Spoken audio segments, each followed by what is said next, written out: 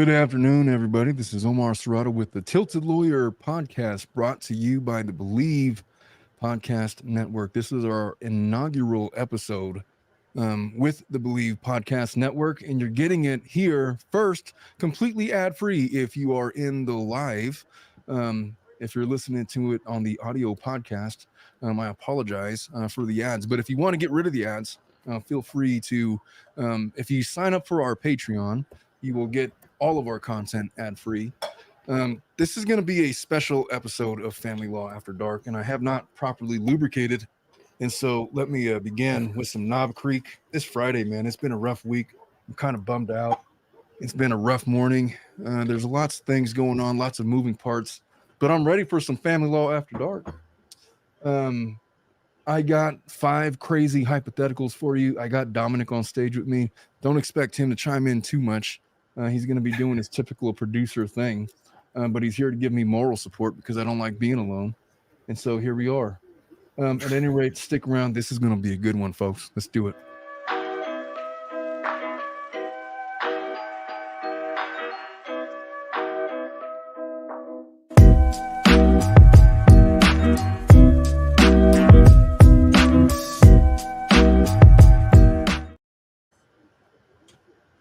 As I placed my whiskey over there, I had to turn it label face back because no free advertising anymore. Anyway, what's up, Mindy Mouse? How you doing, Dominic? How's your anime doing? Could I just ask you a question? Why does your anime character have breasts? It looks like a male with breasts. What is that? There's just a big chest from doing a lot of push-ups and a lot of bench press. That is not what a big chest looks like, sir. You should know that better than anybody. It might be a little hard to see just because of the darkness, but nah. Bro, in the looks like anime, rainbow bright boobs from 1984. It turned my brother gay. Don't ask me how. It just did. And around that time is when, my brother, he's very happily out as a gay man and a gay journalist. And I knew this from our childhood because the toys that he chose to play with back in the 80s was like My Little Pony. He would like comb the Barbie's hair and stuff and whatever, right? It was very obvious like which team he was batting for. And so when he finally came out like in 1999 or whenever it was, yeah, no shit. It's like, hey, family, just want you to know that I'm a proud homosexual. Yeah, no kidding, buddy. Like we didn't know that for the last 18 years. Melissa says, Medusa says, don't diss anime. I don't get the anime thing, man. What is it? It's just like cartoons. Like, I don't get it. What's the anime for? I have to show you some really good ones. I'm pretty sure I can change your mind. I was the same way when I first started out. Everyone was always talking about anime, and I was like, I don't get the hype about it. But as soon as I like watched one anime, which was, I watched a couple before, but once I watched Demon Slayer, I was like, all right, I'm hooked. So I got to get you in it. So I'm gonna watch an episode of anime and like get engrossed in the story, in the plot line. What are you talking about, dude? Pretty much. You gotta like put yourself in the mind of like the main character and think of yourself as like a natural beast, like an animal. Like you're just overpowered, and that's where it comes in. That's where you get interested. You know what I forgot to do? I forgot to switch the audio to that. There we go. That's better. If there was an echo before, there shouldn't be now. I apologize, folks. That's what happens when I don't have Dominic in studio to run through the pre-game checks or whatever.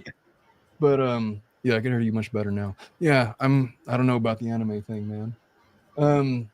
I just got some news today. Melissa Pacheco, Nicole Kessinger, she might be leaving me to work in greener pastures. So it's a bittersweet day. There's other stuff going on with stuff. I'll just say this, man. I will say this.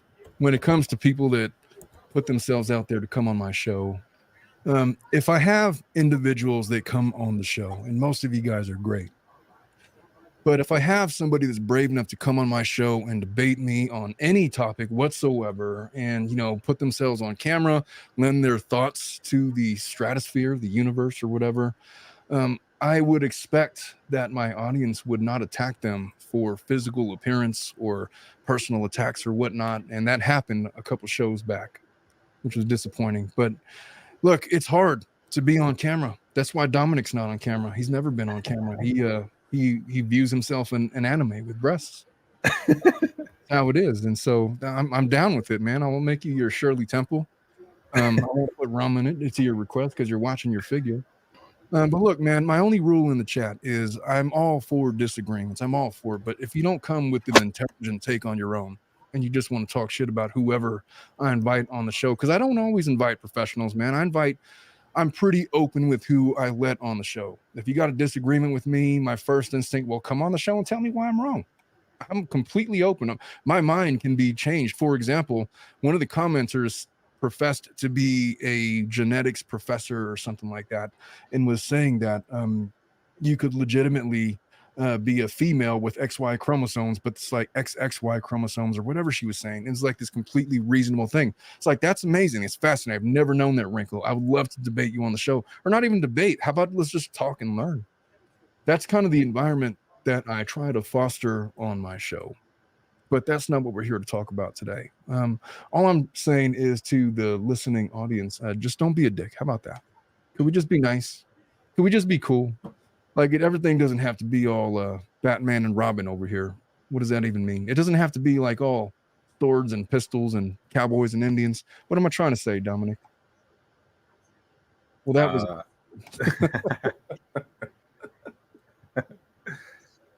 All right, folks. Let's get into some of this stuff. Hey, Melissa may or may not be joining later on. She's doing real lawyer shit. I had a whole show planned about a young lady by the name of Alexi Treviso. But I had to scrap it because I had to actually do lawyer stuff this morning and only had time for Family Law After Dark. So I'm going to save that for another episode when Ileana is back with us from her month-long hiatus. It's been a while since we've had Ileana on the show. So it's just me and Dominic for now. So let's just get to it. So to these hypotheticals, hey, Dominic, you got some bullshit going on in the background. What's that about? Really? Is it the TV or is it? I don't know. I think it's on low. All right. There's like some feedback and static and stuff. Nah, I think it's all right. Let me fix it. Hold on. Okay. You can go ahead though. All right. So let's get into our first hypothetical for the day. So this person wants to know if they are the asshole because they want to get a divorce from their husband that wants a girlfriend. To which my initial thought on that is that's kind of how that works, but let's see what they got to say. So while attempting to refinance our house, I discovered my husband was sending money to another woman. Hey, Dominic, you want to know the worst example of this I've ever heard? In my cases anyway. So, you know how you get these spam bots that like pop up every so often, like in emails saying, hey, I'm just a single person looking for sex or whatever, and text me, and that's how it started. And like, it usually goes in your spam bot, but every now and then they will catch like a 75 or 80-year-old man and like make believe like they're his girlfriend, and like, oh, I live in Thailand and I just need you to send me money so I could get a flight for a trip back to the States so I could be with you once and for all. And then he sends her $3,000 for her plane tickets or whatever. It's like, oh, I bought thank you so much for the money. And then it's like, well, I was going to get on that flight, but what happened was the flight got canceled because of whatever, X, Y, and Z. And then rinse and repeat like another 12 times until the guy has depleted his entire retirement fund, and his unsuspecting 75-year-old wife is now left in financial ruin because her 80-year-old husband has been duped by an overseas scam artist that preys upon gullible people like that. So that's literally a hypothetical from one of my cases. It legit happened. I'm not making that up. Had a girlfriend, the whole thing. And anyway, so this person says, discovered my husband was sending money to another woman. After more digging into his business finances, I discovered he has taken this woman on 2 trips out of the country as well, while he left me with his kids. How does that happen? If I told my wife I was leaving the country for any reason, she's like, "Oh, great. So where are we staying?" It's like, "No, no, I'm going. You were staying." It's like, "Oh, the hell I am." It's like, "No, I promise. This is a business trip. I'm taking a business trip to Cabo." Like, shit. There's no chance I would make it out. There's just no way. There's no way. There's no way. Anyway, I guess this happens after the second trip out of the country. They decided to call it quits after I caught them in the hotel together. I got to get the details on that. How did you catch them on the hotel? Did you follow them? Was there a tracking device in the car? Did you knock on the door when you heard sounds of passion coming from the walls of the hotel they were staying, the Motel 6 or whatever it was? Was it a Motel 6? Was it like the Ritz? I got a lot of questions, man. 3 months later, he was asking to add a second wife, which is illegal in the States. It is. You can't have more than 2 wives. Polygamy has long since been outlawed, although recognized in certain religions. I'm not picking on the Mormons.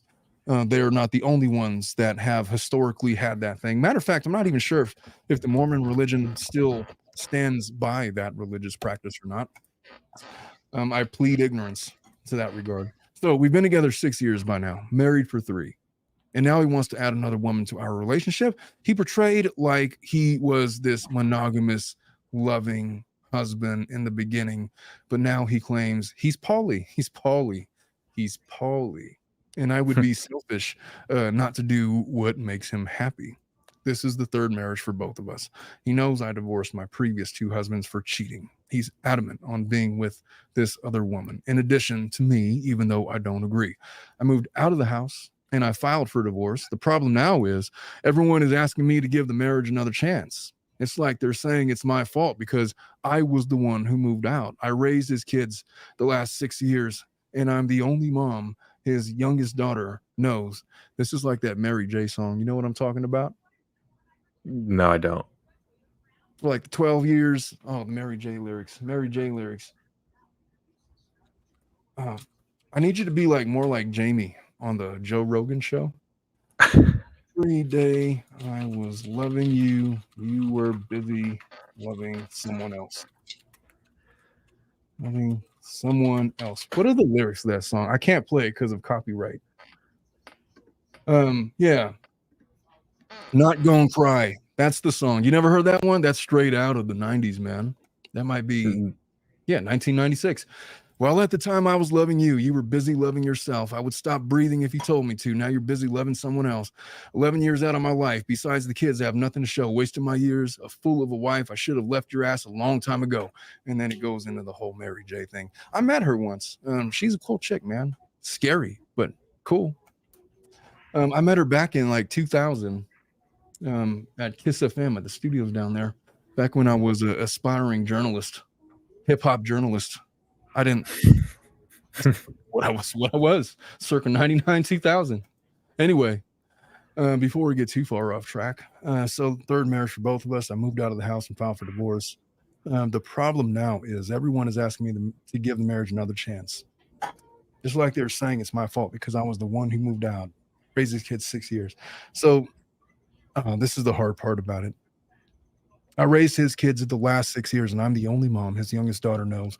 Their mom isn't in their life. She cries, saying, "I know Dad messed up, but can you come back home?"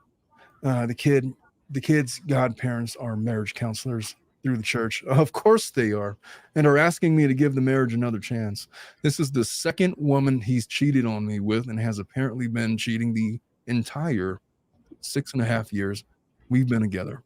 How many chances do I need to give him? He says he loves me, wants to work things out with me, but still wants both of us. I was a single or a stay-at-home mom, so I think he's just going to miss a clean house, clean clothes, personal driver for the kids, and in-home sex since the other partner is out of state. We have a 60-day waiting period before we can finalize the divorce. At this point, I'm second-guessing myself if I'm doing the right thing. Am I the asshole for not wanting to give him another chance and finalize the divorce? I don't know. What are your thoughts, Dominic? What do you think, man? No, I think she definitely needs to move on and get a divorce. That guy, once they want multiple partners, it's over. You can't go back to being normal. So I feel But like what she if they definitely wanted to be poly? Like, what do you think? Just open it up. Let's just be poly. no. Everybody Poly, loves no, it never works. People always say it to give it a shot, but it never works. So what if it's your always wife were to come to you and say, like, hey, Dominic, you're great and all, but I just need something different, man. I'm gonna be poly. Cool. I'm just definitely gonna go not. on dates with Chad over there. 100% no, not for me at least. I just need Other some people might be variety. into it, but I'm not that guy. So Well, in your 20s, man, you're just an internal hornball. It makes more sense for somebody to say that in their 20s. Even in their 30s, I guess, but at some point you kind of grow out of that shit, man. Like you just don't need it that much anymore. And the fact that this guy's been doing it the entire time. How old did this lady say that she was? She doesn't really say how old she is, just that they've been together for 6 years. He's been cheating the whole time, 6.5 years. But it's also their third marriage. And so I'm just going to assume 3 marriages in, she's probably in her 40s. So let's just go into let's just talk about some reality for the situation. I'm going to assume that this guy is also in his 40s for hypothetical sake, since they didn't want to cop to how old they were. Medusa asked, did you see that Hulu was about to have a reality show with Mormons who do soft swinging? No, Medusa, and I don't think I'll be tuning in, to be honest, but I guess don't rule it out. Goddess Sahara says, I wouldn't say it never works. You just can't pull that in the middle of a relationship. That's not fair. I guess that's fair. I mean, what if, like, look, could we just be friends with benefits? And then it just evolves into, like, could we just stay friends with benefits? And then that turns into, like, I mean, we could, like, it makes sense for us to be together, but we could just keep doing our thing. But at least that way, it's all on the table, and you guys are truly living that lifestyle, a lifestyle of polyamory. I don't want to say that it never works. I don't know if there's been successful cases or not. And it's not even a new thing. It's not like they weren't doing this in the 50s and 60s, back when the government was experimenting with LSD, freely and readily giving it to whoever wanted to experiment and documenting its effects. They were doing that stuff. You think that whole hippie culture was by accident, man? That was like an extreme saturation of LSD into pop culture in the 60s that took place, that took human creativity and love and happiness and feelings and thoughts to a completely different level. That some would say it was very successful in the 60s. Others would argue that it also produced Charles Manson. And both of them would be correct. So there's also that whole swinging culture with the upside down pineapples and stuff. So yeah, I guess that's true. Oh gosh, I can't say certain things. I'm just gonna say that the swinging culture and all, it works for some. It's not good for others. Lots of people approach that culture with a brave attitude, with a brave face, and because they want to experiment and they want to see what it's all about, and then they get there and they realize, you know what? This is kind of freaking weird. I'm not down, man. I'm not down. I'm not down. And so I'm not here to judge. I'm just going to say that, look, you're 3 marriages in. What are your prospects going forward? What do you really want? I think you should have asked that question a long time ago. Not that you didn't, but you're 3 marriages in. So if you're going to go through with this divorce, I guess you have to ask yourself a couple of things. If you want to stay married to him, just know that he's going to be effing other ladies. That's just what it's about. The fact that you're even asking this question tells me that there is a part of you that values this relationship enough to consider that proposition. Because I think that in your heart of hearts that, look, you're not 27 anymore. And your prospects for landing somebody that you would be attracted to, hey, most 30-year-old successful men are not chasing after older women, but for some kind of a novelty. Most men around that age are looking for somebody to start, if they're going to marry, they're looking for somebody their own age, because for obvious reasons. Child rearing years would be the biological one. They have freedom of selection would be another. And so your pool of candidates for starting another long-term relationship is going to be some other guy that is in his mid to late 40s that's going to bring with it his own baggage. That's probably going to have gone through a couple of divorces. That means stepkids. That means exes. That means a lot of unknown variables that you might not be thinking about right now. It's going to mean that you're going to have to lower your standards a little bit, because you're not going to get the 27-year-old successful guy that's with this burgeoning successful career. You're going to get whatever's left over. And whatever's left over is going to be this 40 to 50-year-old guy that has been chewed up by the universe and spit back out. And he's going to have a lot of wisdom and things to share. And you guys might have a lot of things in common, but he's not going to be like an Adonis peak physical fitness athlete. He might have a bit of a gut to him. He might be gray around the edges. He might not have the energy that, you want him to have. And so everything is a bonus that you're going to be getting. You're going to have to lower expectations. And so what's the cost of that? What is the cost? You got to give up this guy who you already know is cheating on you, but I guess you can't really call it cheating anymore if he's announced that he's going to keep doing this and you just sign off on it. Could you live with him in that scenario? Because it's really your only shot at a successful relationship with him. If in your heart of hearts you just can't do it because you're not down with sharing your man, then, well, I guess divorce him.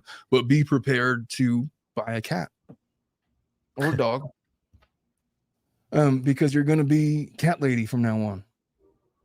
Because it's not, come on, what are you going to do? You're going to start a relationship with a 30-year-old?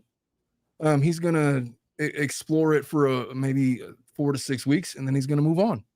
Because the novelty is over, and he was never in it for the long haul, and you'll save yourself a lot of heartache if you just go into it knowing that facts, going into it with the least of expectation. I know that sounds harsh, I know that, but that's also true of him. Like if he gets divorced, look, you could chase around 20, 30-year-olds if you want to, but at some point, it's diminishing returns with respect to the man, because hey, you can only compete with 20, 30-year-olds for so long before your body starts breaking down. It gets harder and harder to stay in shape.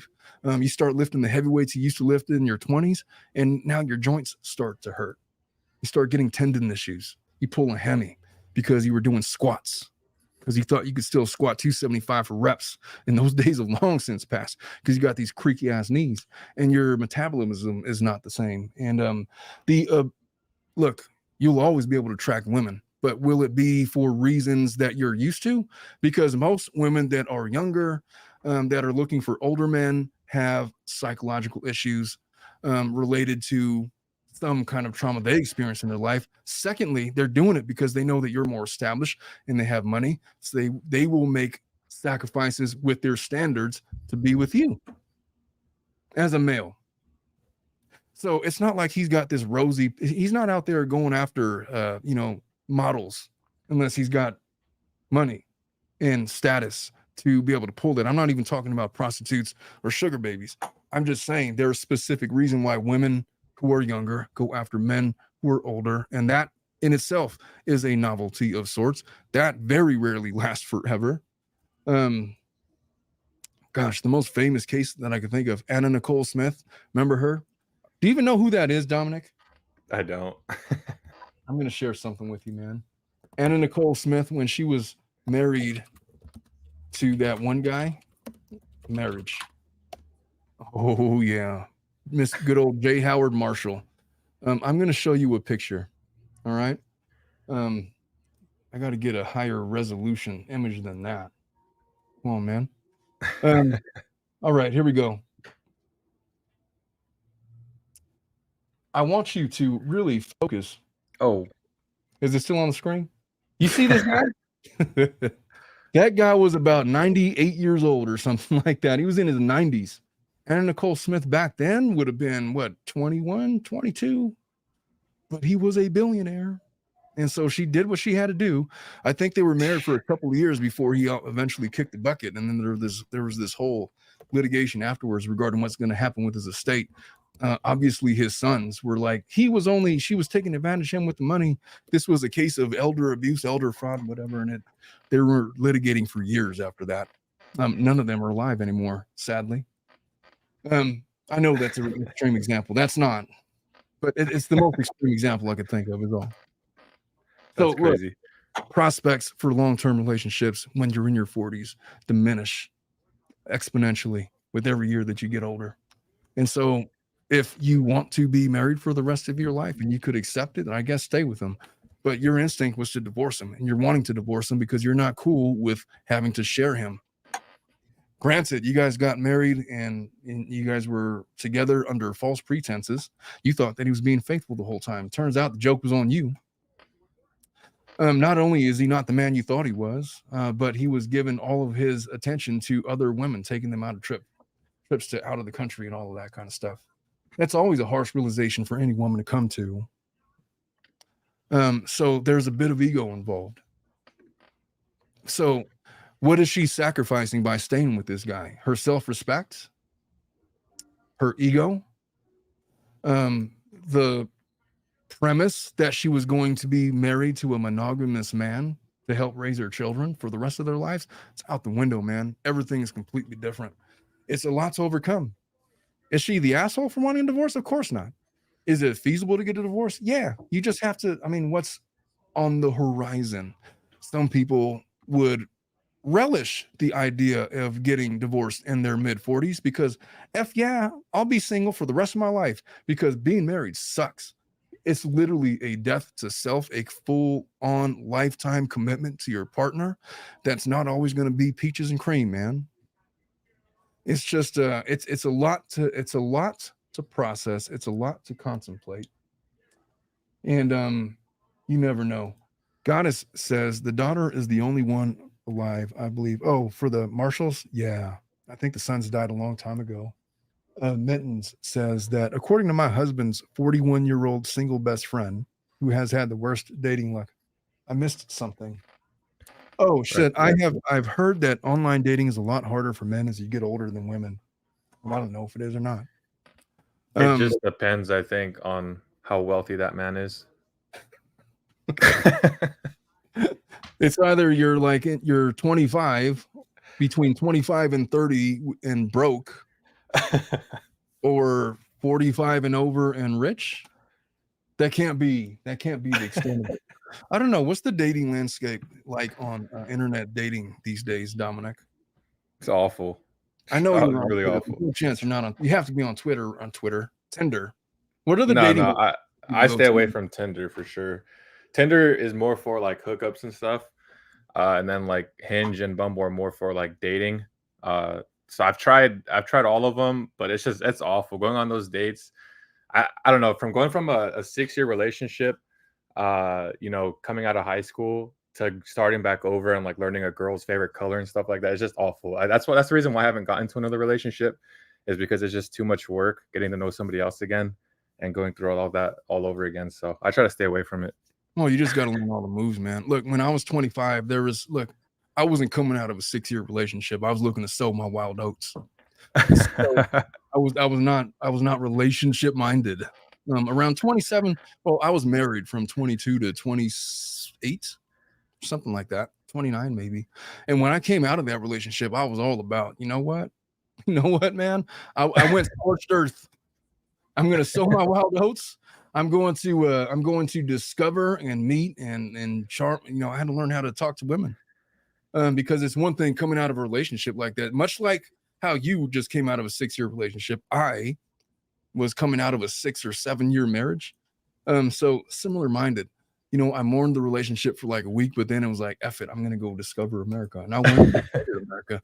But that was my mindset back then. And if you're an older woman meeting a guy like me in my 20s, I was not in it for but maybe a week or 2 or 6. As a novelty, because I had things to do. I had to go explore myself and find myself. But I also am understanding that whenever you're coming out of a long distance or long-term relationship like that, or a marriage of any kinds, the last thing you're thinking about is, getting into another long-term relationship and confining yourself to some commitment that you have made to some other person. That's the last thing on your mind. I don't know. What about you? Yeah, no, it's definitely, like I said, I'm definitely trying to stay away from relationships, and it's more so like casual things now. Every time I go out with my friends on the weekends, it's more so just casually talking to women, but nothing serious. Not trying to get into anything serious right now. So yeah. The crow. That's a bitchin' ass picture, by the way. What is that? That's an upside down looking That's raven. That's yeah. literally a crow, isn't it? As a woman, when I hit 30, for some reason, I had to sow massive wild oats. Yeah, I did the same thing in my 20s, going into my 30s until I met my wife. So it's like, but what happened to me? Okay, here's why I decided to settle back down. I was like, you only got so many oats to sow, man, because like you just said, it is hard work, like getting to know somebody like brand new and pretend like you like them and like you're interested. Mhm. The reality is, the older that you get, the less interested you are in what other people have to say. Like you got a small circle. Like maybe in your 20s you could pull it off, but I just got so indifferent towards the dating scene when I met my wife, and it wasn't that difficult for me to commit to her because I think at that point I had sowed my oats and I was ready. But if she would have met me, and my wife has told me the same thing, if she would have met me like 5 years prior, then we would have probably like met at a bar and like had fun for like a week and like been done and over with. And like, hey, we're not for commitments. All right, cool. You be my friend with benefits. I'll put you on the roster. Not that I ever had a roster.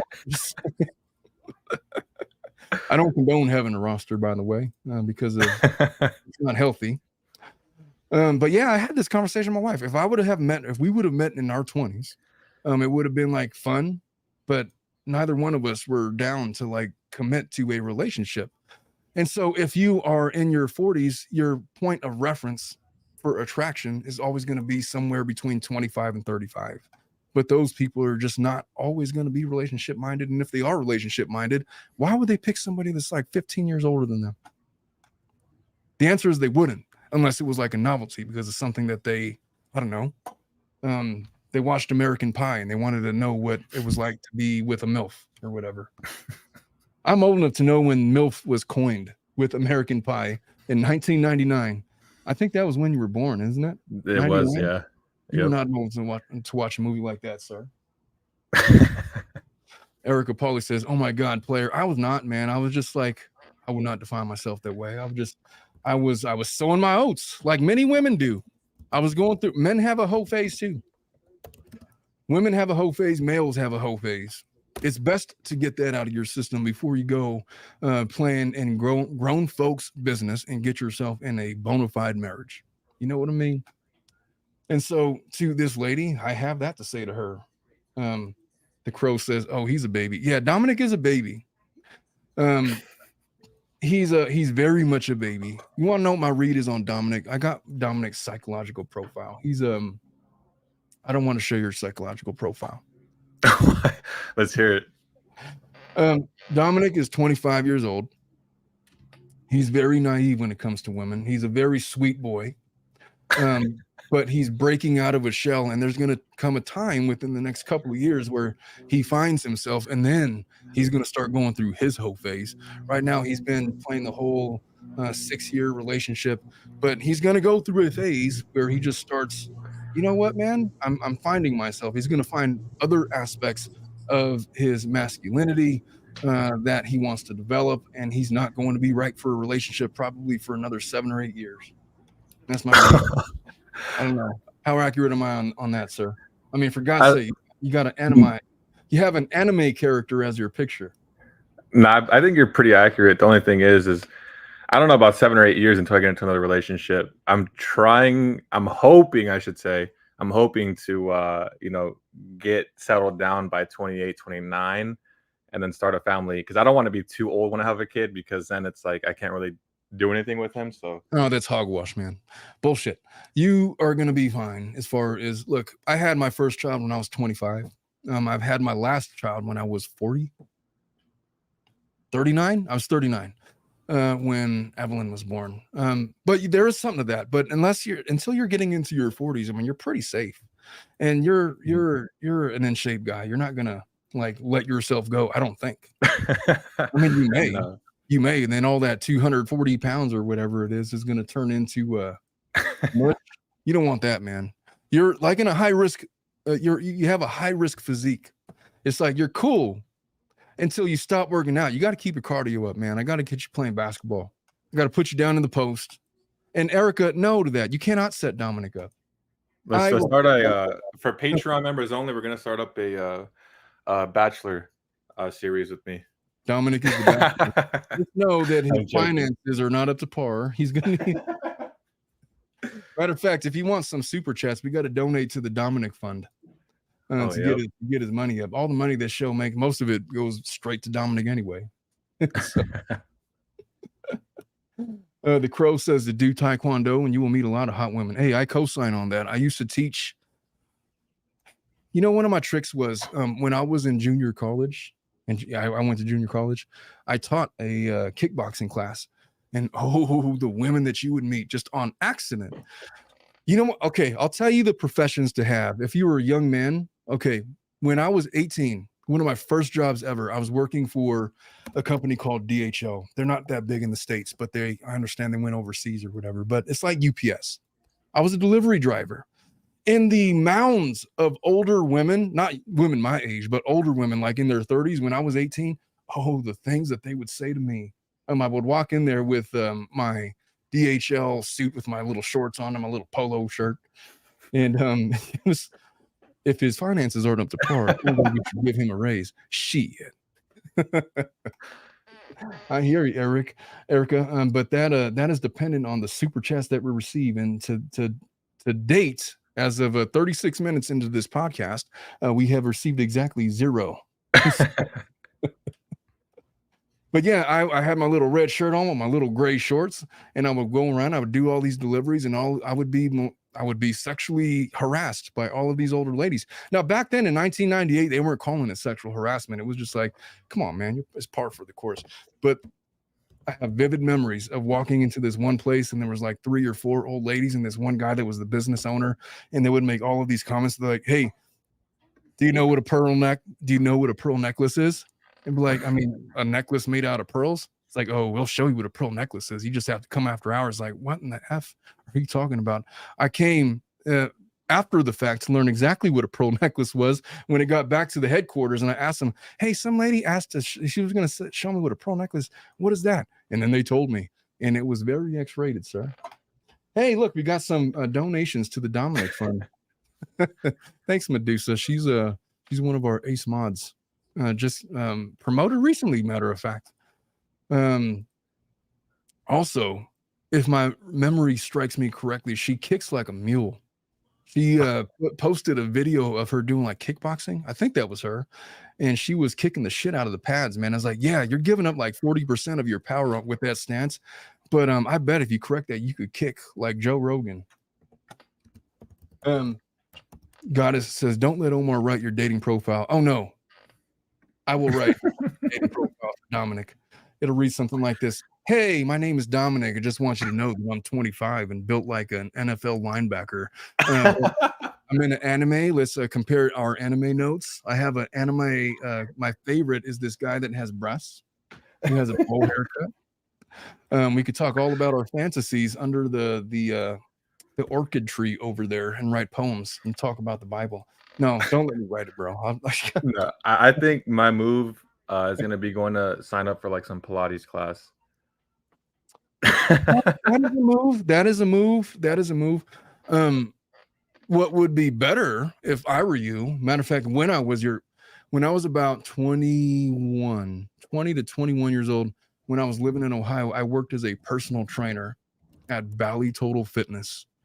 And I was not mature enough to understand the opportunity in front of me.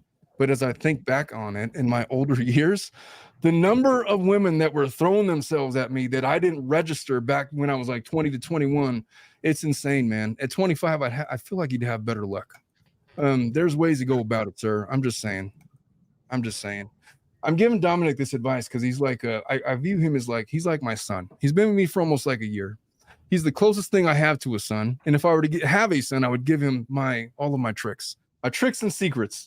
So get yourself a job as a personal trainer or a delivery guy or I don't know, man. But yeah, 7 to 8 years for you is a good amount of time to sow your oats and get it all out of your system and then be ready mentally, spiritually, and financially to start and foster a family, because it's not about your physical fitness, man. Your physical fitness is going to be there. If you're going to successfully raise a family, you have to, number one, think of it like this. You are investing in a family. You are going to be the provider for that family. And that is going to require your spiritual and mental fortitude to be intact. If you go into it, even if you have the finances, inevitably you're doomed to fail. If there are cracks in your mental game, if there are cracks in your spirituality, whatever that means to you, and your family's going to suffer for it. And so part of being a man is having those things in check. So when the time comes, you're ready. But the time is not right now, sir. You got a lot to learn. Yes, sir. And take that for what it's worth. But that's my best advice to you. If I were to talk to 22-year-old Omar, I'd be like, what in the F are you doing getting married at 22, sir? What is wrong with you? Like, you have all of these other things going on and you're trying to get married, and that's a deeper conversation for another day. But there is a time to get married. It's not when your finances are in check, because that's easy. It's when the trifecta is in effect: your mental, your spiritual, or your heart, and your finances. And then you're ready to lead and provide for a family. Absent that, it's not going to work out. You're doomed to failure. For the Dominic Fund, thank you so much, Pam. Pam is the boss moderator over here. She's been doing so much work behind the scenes. I'm so glad that Pam is on our team. She's amazing. She filled in on last week's Family Law After Dark, or 2 weeks ago, when our internet crashed, and it was like, oh shit. And then Pam she joined our show, and she was hosting the show all by herself, and she did an amazing job. Pam is like salt of the earth kind of people. She lives in New York. She's worked in finance for 30 plus years. She's amazing. She takes care of this channel. She's invested in this channel, and therefore we are invested in her. Winks says she is amazing, 100%. Una says, just joined the live, so way behind. Not a lawyer, but I tried. It's all right, but if you want to argue with someone from another country for a different point of view, hit me up. I mean, I'm always good for a full argument, but I guess my only question is, what are we arguing about? Arguing for the sake of the arguing is bad for the soul. You know what I mean? Anyway, I think we should get into another hypothetical. How did I get 42 minutes into this show and I'm barely on hypothetical one? Jesus. Okay. Let me get rid of this one.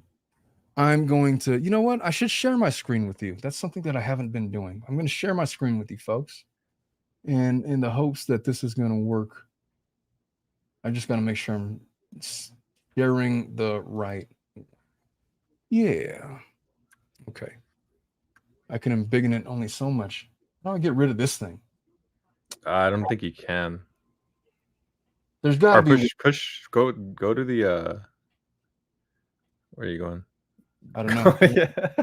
Click it again. Click the Reddit on the left side.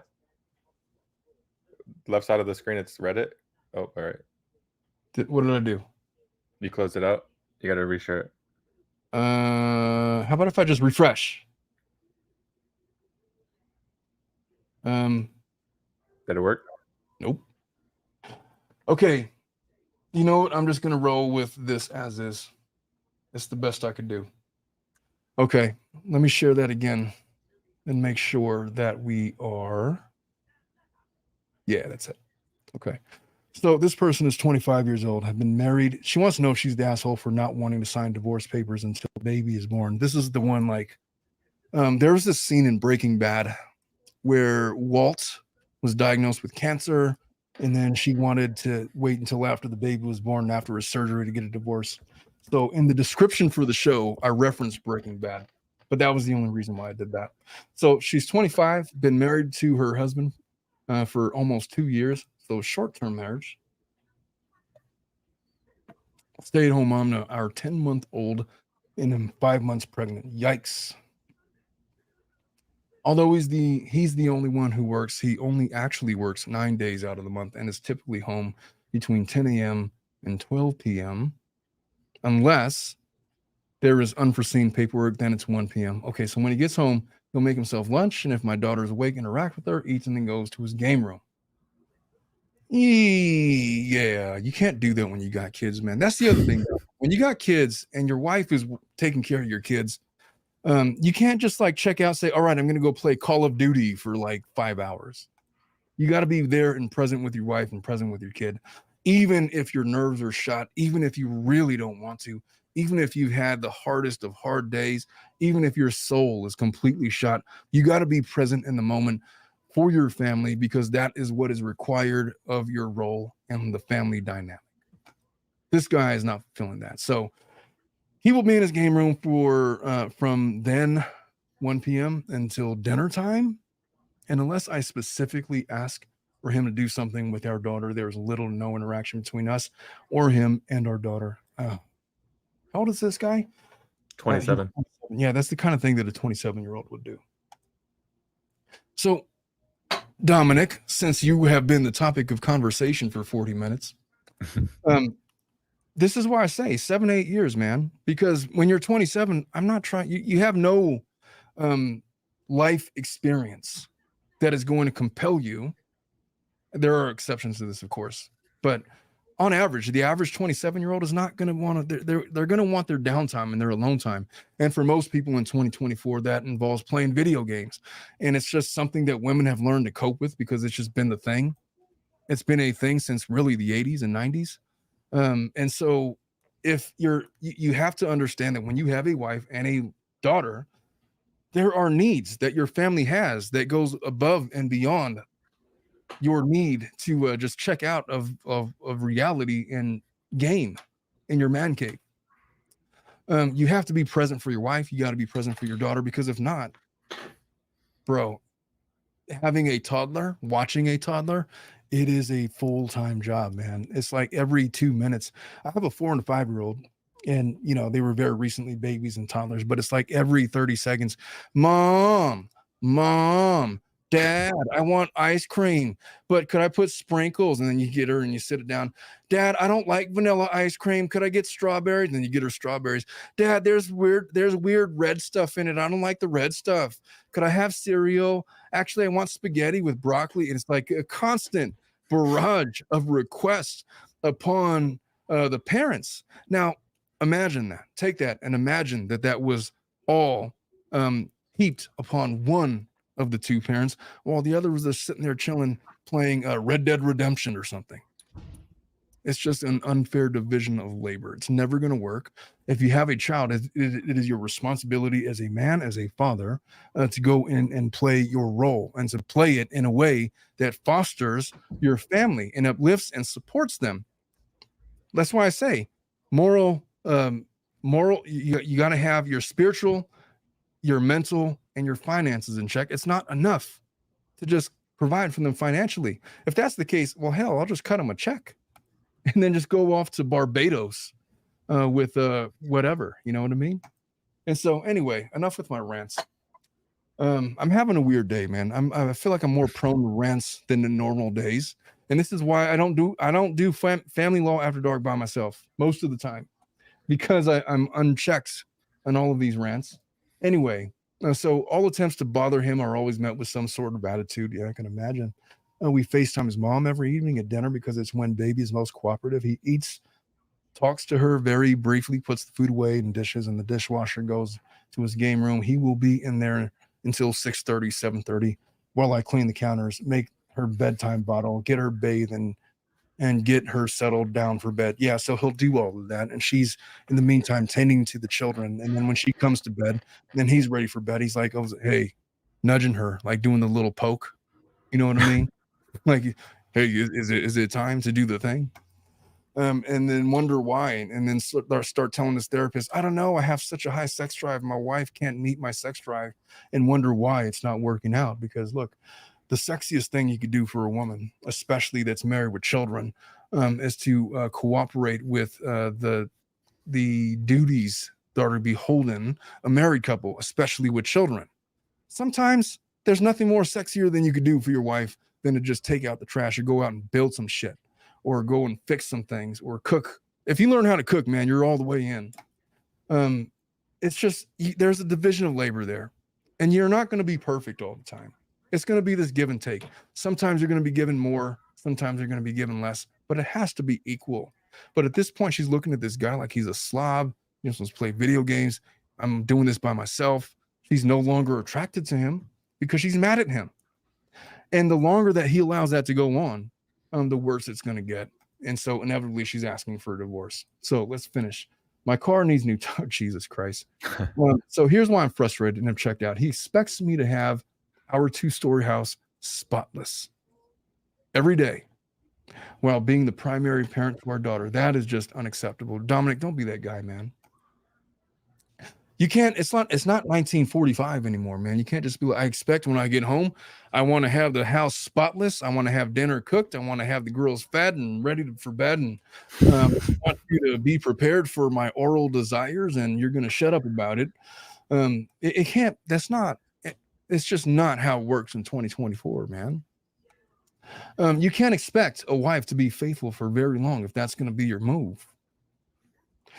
She's talking about my car needs new tires and alignment and an oil change. Change her oil. Take it to the car. Take it to the dealer and get her oil changed or what. Freaking Jiffy Lube. Change it yourself. An alignment. I don't think that women know what alignment means sometimes. I swear to God. She just needs new tires. New tires will take care of the alignment. I promise. It's going to cost you about $1,000. Let them pay it. Let them pay it. We have a second child. And we have a second child we need to get things for. So I decided I was going to look into getting a job until I had my second to help cover those costs. I was straight up told no, because he needs to sleep for work. I said I will be working at her bedtime, feed for dinner, give her a bath, give her a bottle, and you shouldn't have issues. You know what you're setting yourself up when you conduct yourself this way with your wife, Dominic? You're setting yourself up. Look, her main attraction to you might have been physical in the beginning, but now that's long since subsided. You guys are married now. There is no physical attraction anymore. You got to conjure up your physical attraction. You guys are so used to each other by now. You have to get real creative with it. And so now the things that makes her attracted to you is your contribution to her life, and your contribution to her life being you play video games all the time and give her shit about, whether or not the food is cooked and the house is clean.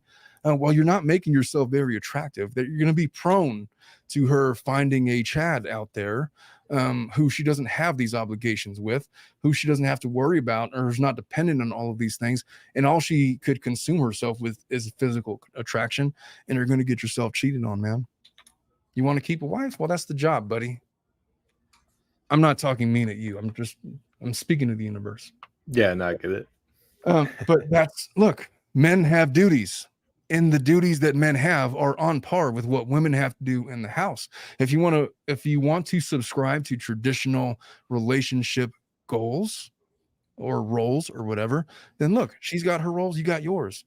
If she's going to do all this stuff for you, then you better have her tires changed and her oil changed and the bills paid and whatever else that she needs. And you cannot ever just check out in the middle of the day when the kids are up and they're asking for things and they want to interact with their parents, and just decide that I'm calling it a day. I'll be in the man cave if you need me. You do that when everybody goes to bed, when your wife is asleep, when your children are asleep and there's nothing else. Then you remove yourself to the man cave and you do whatever you got to do. But until that's done, your job with your family is not done, and you got to fulfill your husbandly duties. Anyway, I'm preaching to her husband at this point. So, all right. So he then follows, well, I don't want to be left alone. Okay. Where did I leave off? He wants to sleep for work. So I said, I will be working at her bedtime feed for, I said, I will be working at her bedtime, feed her dinner, give her a bath, give her a bottle, and you shouldn't have issues. He then follows up with, well, I don't want to be left alone with 2 kids while trying to sleep for work. I lost it. And I asked, what's the difference between you watching them at night so I can work nights and me watching them during the day while you work and still work nights? He said, it's because my job didn't actually matter, which is fair, as his gives him housing. They pay everything outside of his paycheck. But I'm still failing to see the actual difference. At this point, I'm frustrated and angry. I have been expressing his absence to his daughters for months and his absence to me pretty much our whole marriage. I'm just going to go out and say this. Look, if you are in a position to provide for your family such that you are the breadwinner for your family, good for you. But if it is your ambition in life, or it is your interpretation of reality that your financial contributions supersede everything above and beyond what anybody else has to contribute, then you are setting yourself up to get divorced in the most painful way you could possibly imagine. Just imagine she's going to find a Chad that's going to do all of that shit, or pretend that he's going to do all of that shit. And she's going to be shacking up with him for a couple of months. And then she's going to ask for divorce. And then you're going to be all butthurt about it. And she's going to file for divorce. And then about a month into the divorce process, Chad is like, oh, just kidding. I don't actually want a relationship. I just want to be FWBs. And then you guys are going to both be effed. You think I don't practice family law, man? I see these scenarios play out every day. This is par for the course. Anyway, so he didn't help. What did I skip over? At this point, I'm frustrated and angry. I've been expressing his absence to his daughter for months, and his absence to me pretty much our whole marriage. He didn't help with the registry matter of fact on several occasions, asked what something was and why we needed it. Why are we talking about a registry? What did I miss, Dominic? Yeah, I don't see that either. She just threw that in at random. Okay. Yeah.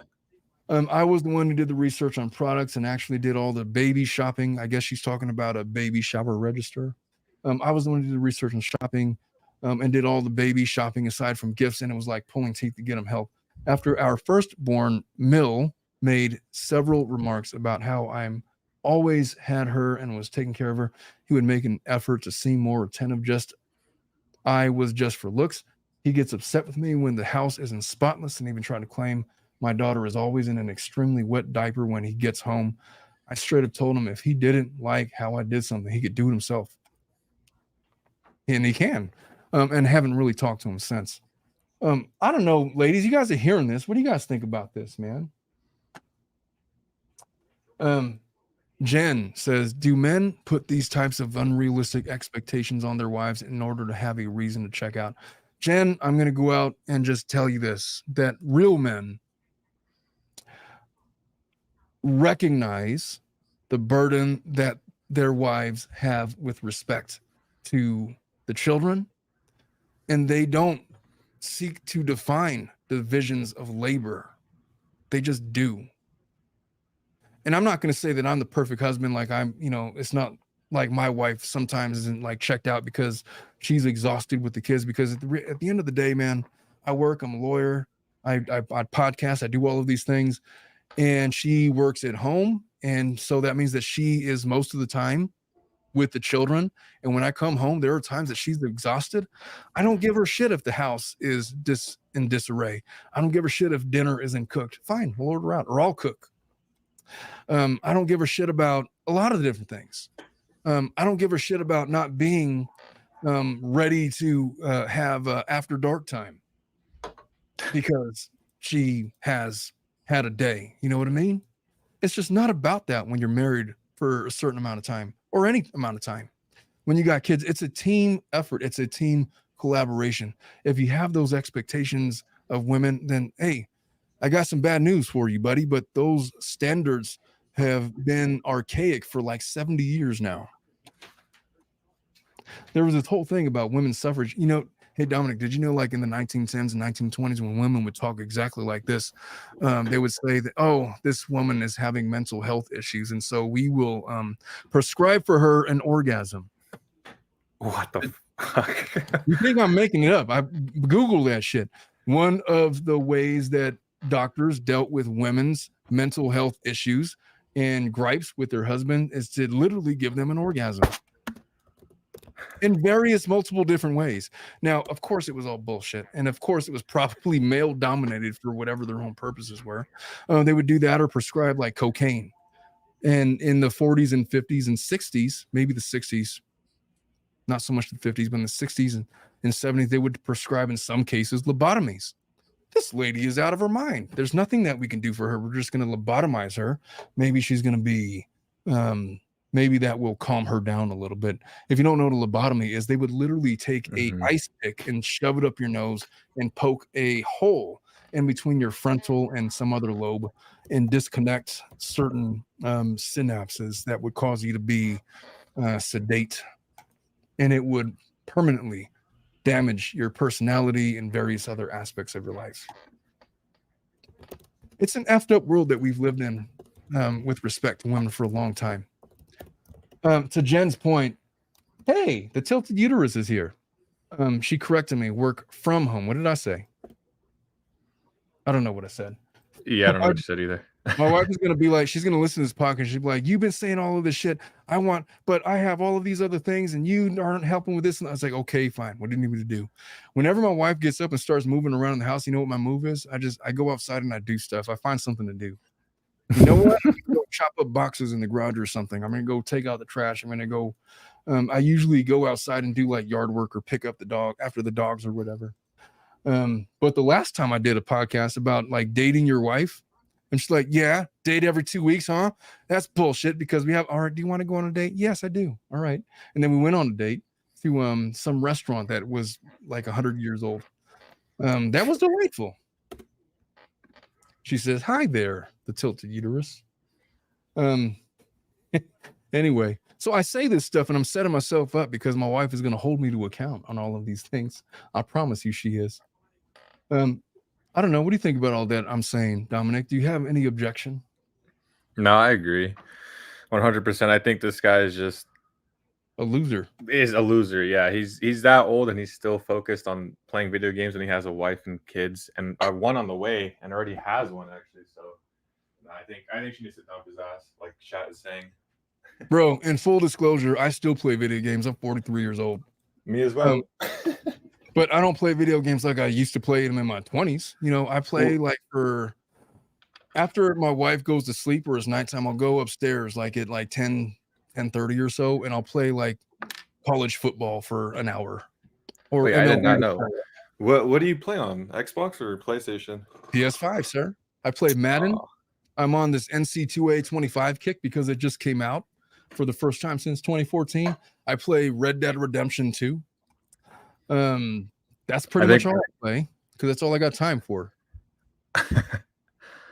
No, I think we got to run some ones on MLB The Show. I got to add you. We got to run some. I will have your ass on MLB The Show. I used to be a top 100 ranked player until I got married with kids, and then I suck now. I can't. Do you play ranked seasons? Yeah, I do. Do you ever get to like World Series level and all of that? No. So I'll get all the way until like championship series until they start making you play on Hall of Fame. Then I can't keep up. It's like, fuck this. Freaking virgins don't got time to do shit else.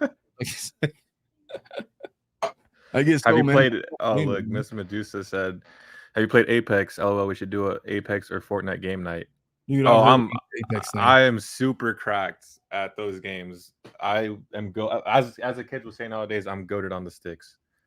I feel like I'm too old for Apex, man. And the Fortnite, I can't get into it. I get the premise, but it's like Call of Duty. Whenever I step out and I try to play, like I just step out of a corner and I'm shot like in 5 seconds. Like, what in the F, man? How do people see me? Like, how do they see me?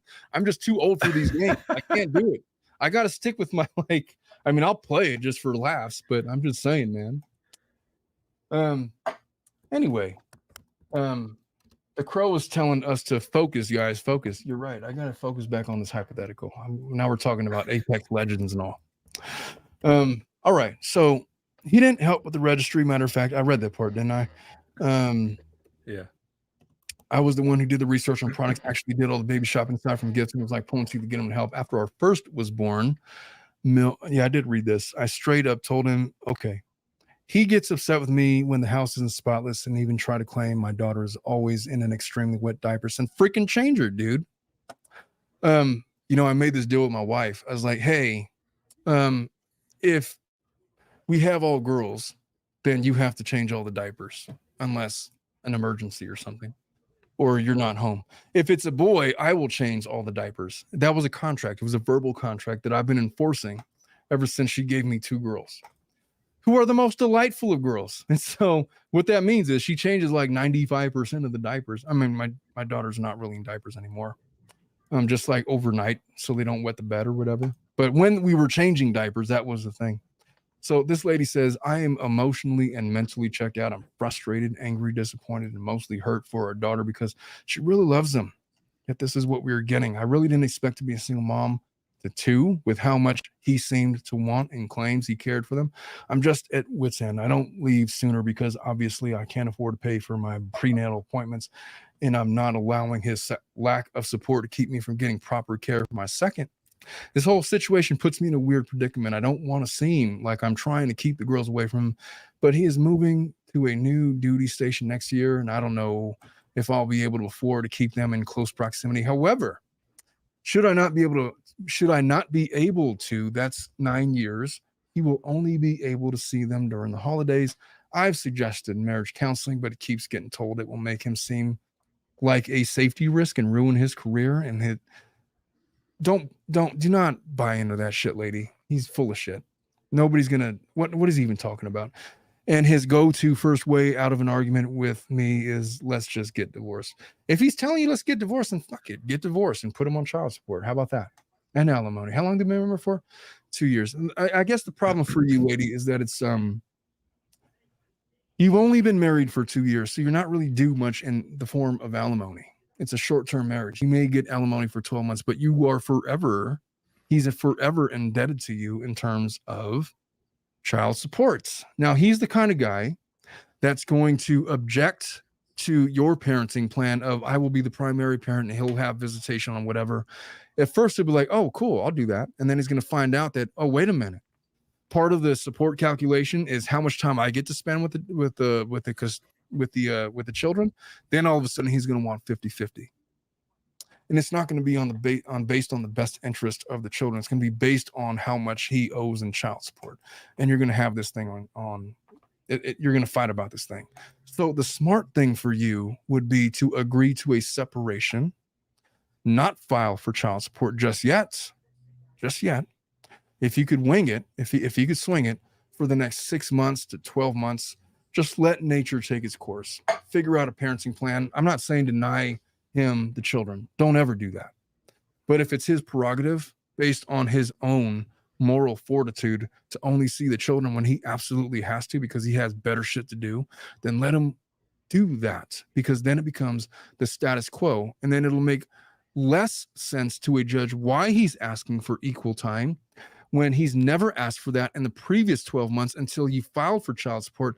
Now, all of a sudden, he wants to have 50-50. Just know that when you do that, he's going to try to paint you as this mother who's trying to alienate him from the children and manipulate the children into believing that you are the better parent, and he doesn't want to have any contact with them. And he's going to say that you're doing it to keep them away. And this whole time, he's wanted 50-50, and you've denied him at every turn. So don't fall into that trap. Let his actions speak for themselves. Get the separation. Don't file for anything just yet. Give it about a year. Let a status quo develop based on how you guys are going to actually parent these children without the watchful eye of the courts. Let that become the status quo.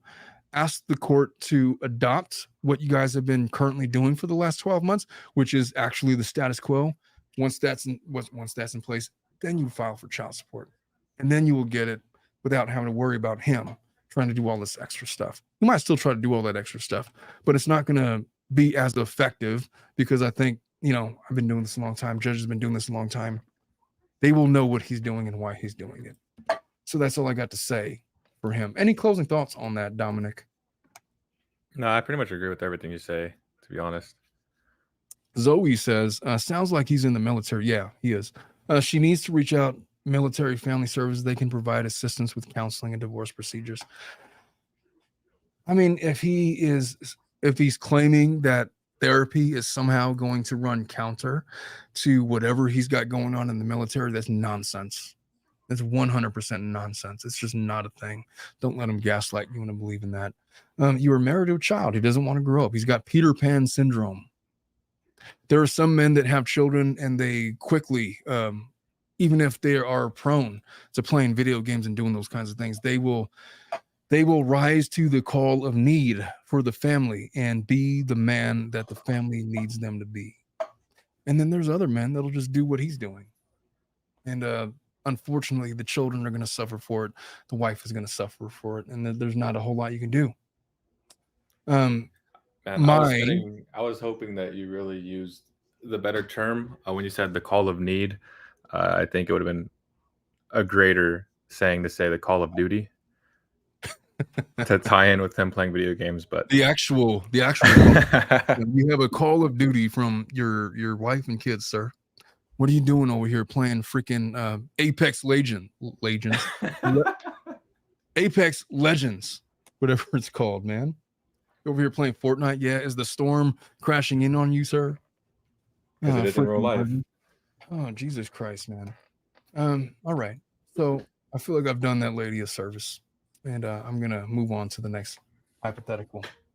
Hey, did you know that it was your job to find A+ comments within the comments and put them on the screen so I could comment on them?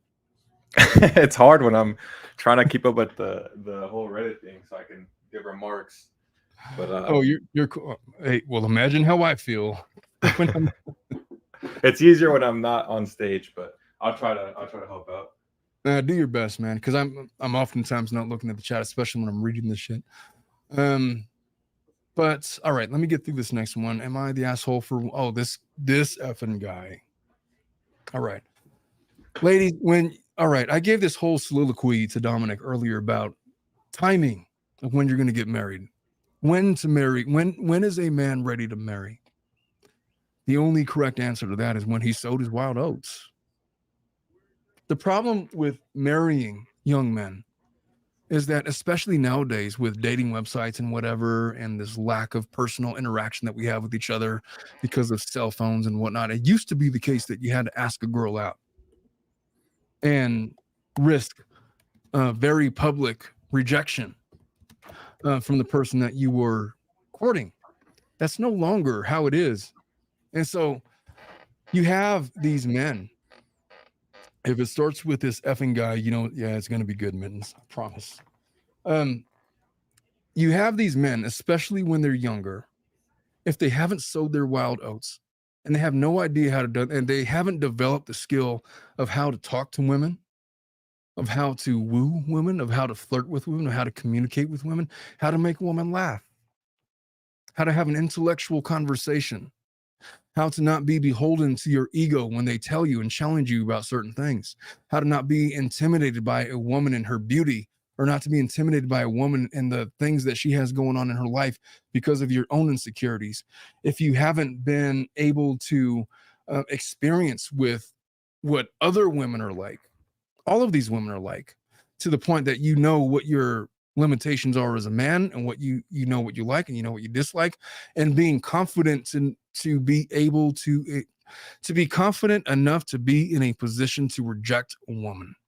If there's a man that you are with that has never had the opportunity and ability not to just reject any woman, but to reject a beautiful woman, then they're not ready. I said what I said, and I stand by it. There's this thing that happens with men, and I don't understand it. They have no ability. Like when a woman says jump, they jump. When a woman says send me whatever, that's OnlyFans culture that we have. Hey, they get in like this fake relationship with them, and it's like, you want my pictures and videos? Send me $10, and they'll send it, and they'll send them these DMs, and pretending to have this relationship with them. If you've never been with a man that has never purposefully and publicly, without aid of a dating website, gone up to a woman and tried to ask her out, then he's not ready. He's just not ready. Then the first moment that he's approached by any woman in the midst of your marriage that says, hey, I think that we should just like have lunch together, I think that we should go do whatever together, I think that we should do this and that, and he has no ability to reject her, he's going to be like, all right, F it. Because he's conditioned to, whenever a woman says yes, he says, hell yeah.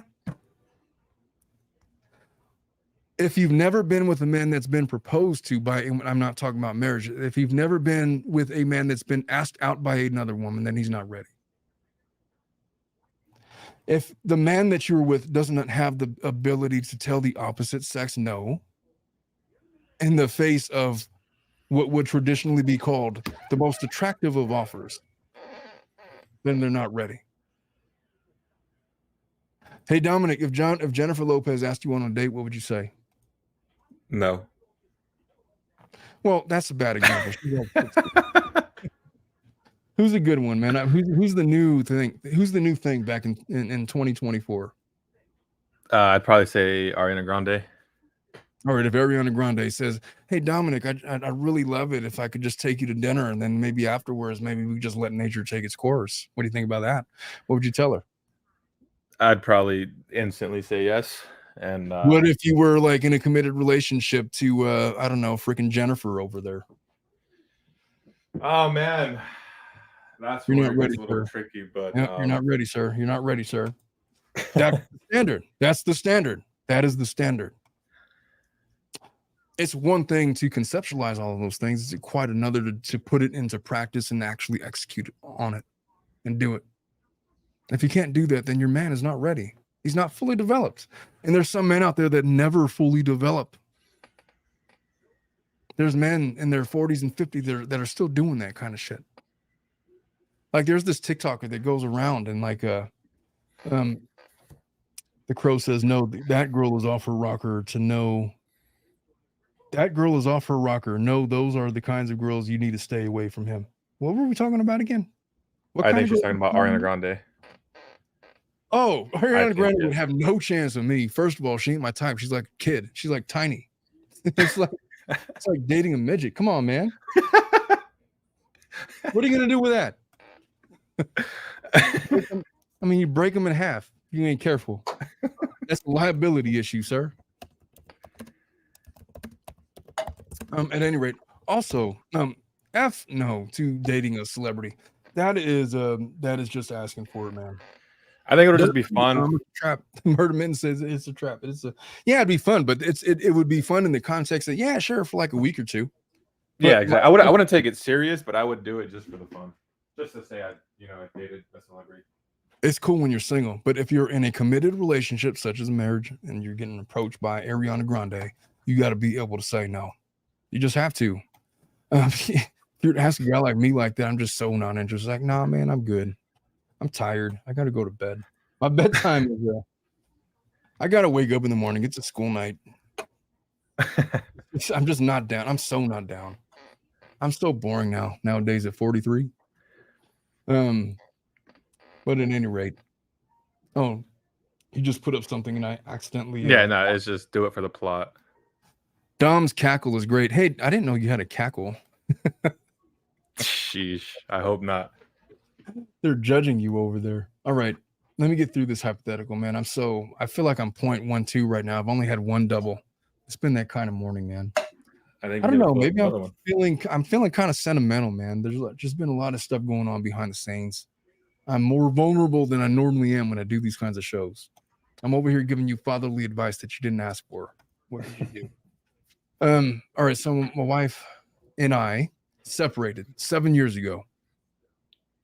After 15 years together. Did I share my screen? No, I didn't. Let me make sure I share this with you guys so you guys could follow along.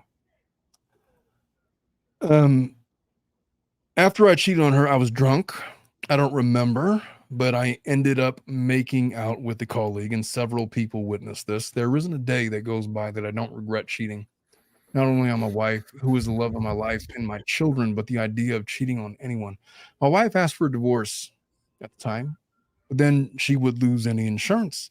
In pension, she could get through me and all the benefits. It's not even necessarily true, but I'll go with it. I convinced her that we could still be married on paper. And of course, that was the stupidest thing that he could ask. If I was his attorney like 7 years ago, I would tell him that was the stupidest thing he could have possibly told his wife. At this point, you got to cut all ties because it would have been a short-term marriage back then, and now it's not. So anyway, so she agrees. She agrees to what? I guess they could be married on paper, and of course she could get a divorce whenever she wants to remarry, so she agrees. We have a very cordial relationship now, and our children are well adjusted to this new dismal existence, and they are relatively happy. Our youngest doesn't even remember us as a family. Well, that's kind of sad. So now to my problem. I have been very honest with my girlfriend that it wouldn't be any marriage. Now, after 5 years together, she is accusing me of wasting her life and is giving me an ultimatum.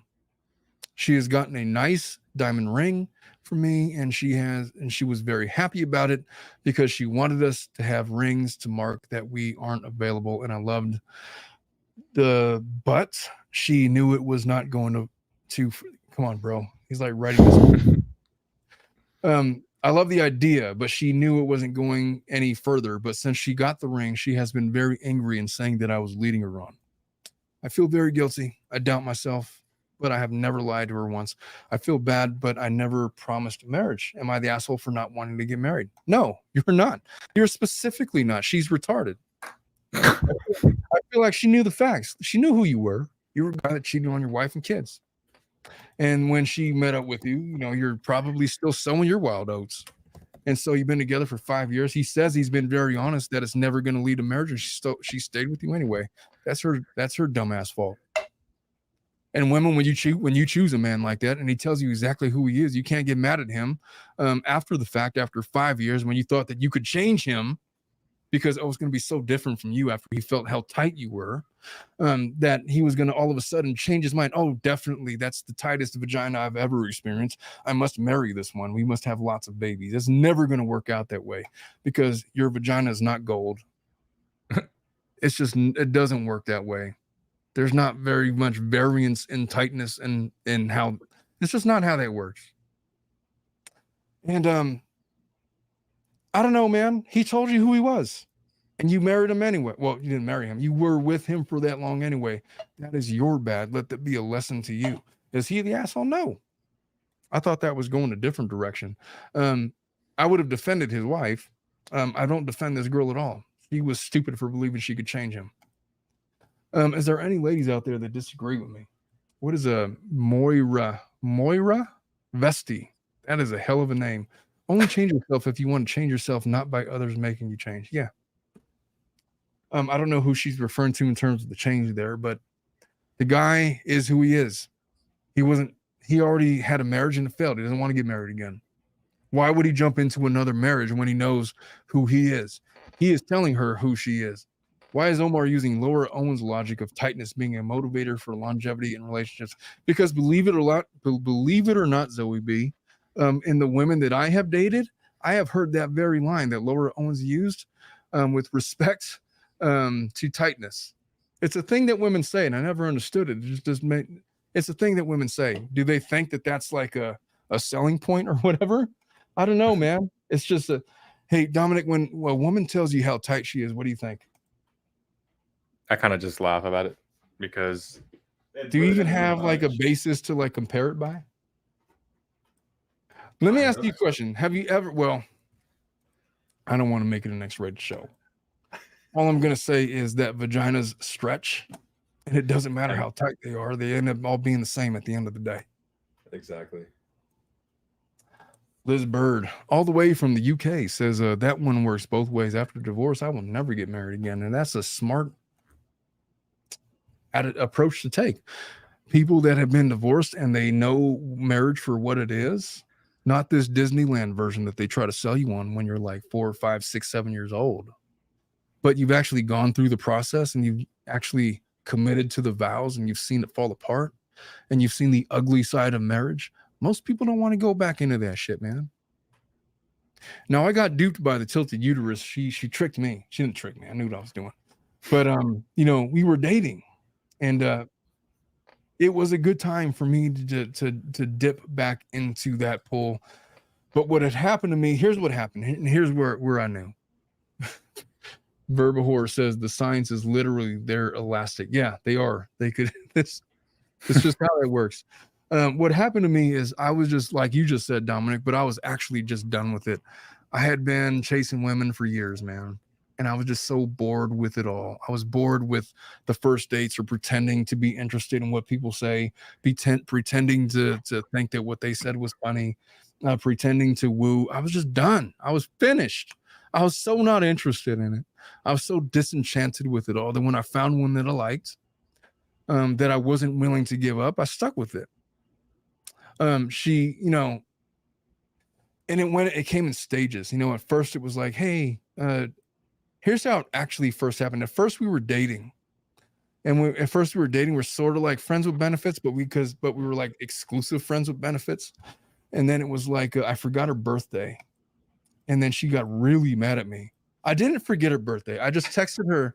She was mad because I didn't text her like prior to 9 a.m. I was in court, and she texted me some kind of stuff, some kind of mean text message about me forgetting her birthday. And then in response to that, when normally I would be like, well, what are you gonna do? It's how the cookie crumbles, which I would have been my normal move. I decided to like send her flowers at her work. I showed up at her work with flowers. And then I went to her place afterwards. And then I was like, do you want to be my girlfriend? Or something like that. Something like that. That's pretty much how it happened. That's how I remember it anyway. And then it was like, hey, could I have the key to your place? And then it was like, hey, could I move in because my lease is up? And then it was like, hey, could we buy a house together? It was like, I just don't understand why you don't want to get married to me. And all of her friends were getting married. It's like, well, how do you know I wasn't going to propose like during the holidays? How do you know I was going to propose on all these different days? And then all of a sudden it's like, all right, fine, we're married. Then next thing you know, it's like, oh shit. My whole game plan was like, we'll get married in like a couple of years. And then she got pregnant. It's like, okay, well, I guess we'll get married in September. So that's what we did. But I don't regret my decisions. I knew why I was doing it. And I wouldn't take it back for anything, but I was ready. I had sowed my oats. I had declared that I was bored with the unknown, and I was ready. And that's how it works. But if you're not in that position, then you can't. You're not ready, man. If you're not willing to turn down Ariana Grande, the midget hip hop artist over there. I don't know what her latest song is. The midget hip hop artist. That's what I'm going to go with. Then you're not ready to start a family, and I'll leave it at that. All right, so that's my hypothetical for her. Let me close this out. Did you have anything to add to this lady? No, not really. I mean, yeah, like you said, it's on her, because why would she expect the guy to change for her when he clearly stated that he wasn't going to try to get married with her? So that's all on her. Liz Bird says experimenting after divorce helps you learn what you don't want. I would argue that experimenting before marriage also accomplishes the same thing. There is a timing mechanism when it comes to experimentation, before or after marriage, I guess, divorce. But yeah, you gotta experiment. You gotta find out what you like, man. I don't know, Dominic. Maybe you should try pegging. No, definitely not. I'm cool on that. You never know. You never know what you might No, like. I think I do know. Are you speaking from experience, Omar, or what's going on? No, I'm not, man. I'm trying to find the most extreme example of something that I know that you wouldn't want to try. That has been my historical. Look, I draw the line right there. You're not doing anything with the unholiest of unholies. Off limits. Nothing. I don't want nothing in there. But hey, to each their own, I guess. Zoe says, so the lesson learned: when you're fed up with dating, you're closer to be ready to settle down. It's not so much fed up with dating. It's just like when you know that you want a family, you have to know within your own spirituality, within your own psyche, within your own moral compass, that you are completely ready to start and raise a family. Look, dating is its own thing. You don't have to get married. You could date forever if you want. You could be tired of dating and just have hookups all your life if that's what you wanted to do. But if you're trying to decide whether or not you're ready to be married, number one, you have to want a family. And if you want a family, you have to have a purpose for the family. For most people, the purpose of a family is to leave a legacy. And if your goal is to leave a legacy, you have to understand that there's certain commitments that you must undertake that are above and beyond what a marriage requires. Your children are going to need you for things that are a lot deeper than what your wife or your partner, your spouse needs you for. And if you're not willing to sacrifice yourself for the betterment of your family, then you're just not ready. And it's a lot more complex than just whether or not you're tired of dating or not. So what if you don't want to have a family? Then don't have a family. There's nothing wrong with that. There is nothing wrong with that. My brother, the one who declared himself as gay. I don't think he's gay. I think he's bi. He's had girlfriends and boyfriends before. Some days he flies straight. Some days he flies gay. It's his prerogative. But he doesn't have any kids. He's not married. And you know what he's doing? in like a month, he's going to take a 2-month trip to Spain to do whatever the F he wants to do and explore himself and the people of Spain, I'd imagine. He asked me if I want to come. Yeah, sure. Let me go find a 2-month babysitter, dipshit. Obviously, I can't go, stupid ass. Why would you invite me? Also, I'm really jealous of you being able to do that. If I didn't have kids, I would take my wife to Spain for a couple of months. Hell yeah, I would. Hell yeah. It's just, look, having a family, there's no requirement in life. This is, you have to have a family. Having a family requires a death to self and a commitment that is greater than yourself, greater than your needs, that you're going to sacrifice not just yourself, not just your finances, not just your time, but your personal proclivities, your personal alone time, your personal, whatever it is that you like to do. You're dead to yourself. You live for your family, and you have to understand that your personal time, whatever it might be, is going to be had in spouts of minutes to hours and nothing more for a period of time until the children are of age, and then maybe they could adjust. But it's hard. It's hard to have a family. Moira says, "Oh, Omar, you really state it how it is, but makes me chuckle at the same time." Well, I hope it makes you chuckle. I'm a funny guy, funny like a clown. Do I amuse you? Dominic, you don't even know where that quote's from, do you? I don't. Oh, you think I'm funny? Funny how? Funny like a clown? Do I amuse you? You're not aware of the Joe Pesci line from Goodfellas? Oh, I hate so much the fact that I'm old. I'm losing a grip on the youth of America. Anyway, let's move on to another one. This guy wants to know will I be the asshole for asking for a divorce because my wife betrayed my trust? Oh, here's one that maybe goes in on women. Dance, funny man, dance. He shoots him in the foot. Or no, he didn't shoot him in the foot. He did, and then he shot him in the chest. Have you ever seen Goodfellas, Dominic? I have not. You're officially fired until you watch Goodfellas, Godfather, Shawshank Redemption, Pulp Fiction, and Glory. Not Glory. Cool Hand Luke. I want you to watch those 5 movies, or you can't produce the show no more. I'm going to go with Brad. All right, let's get into this hypo. So when I was a kid, this guy's 40 years old.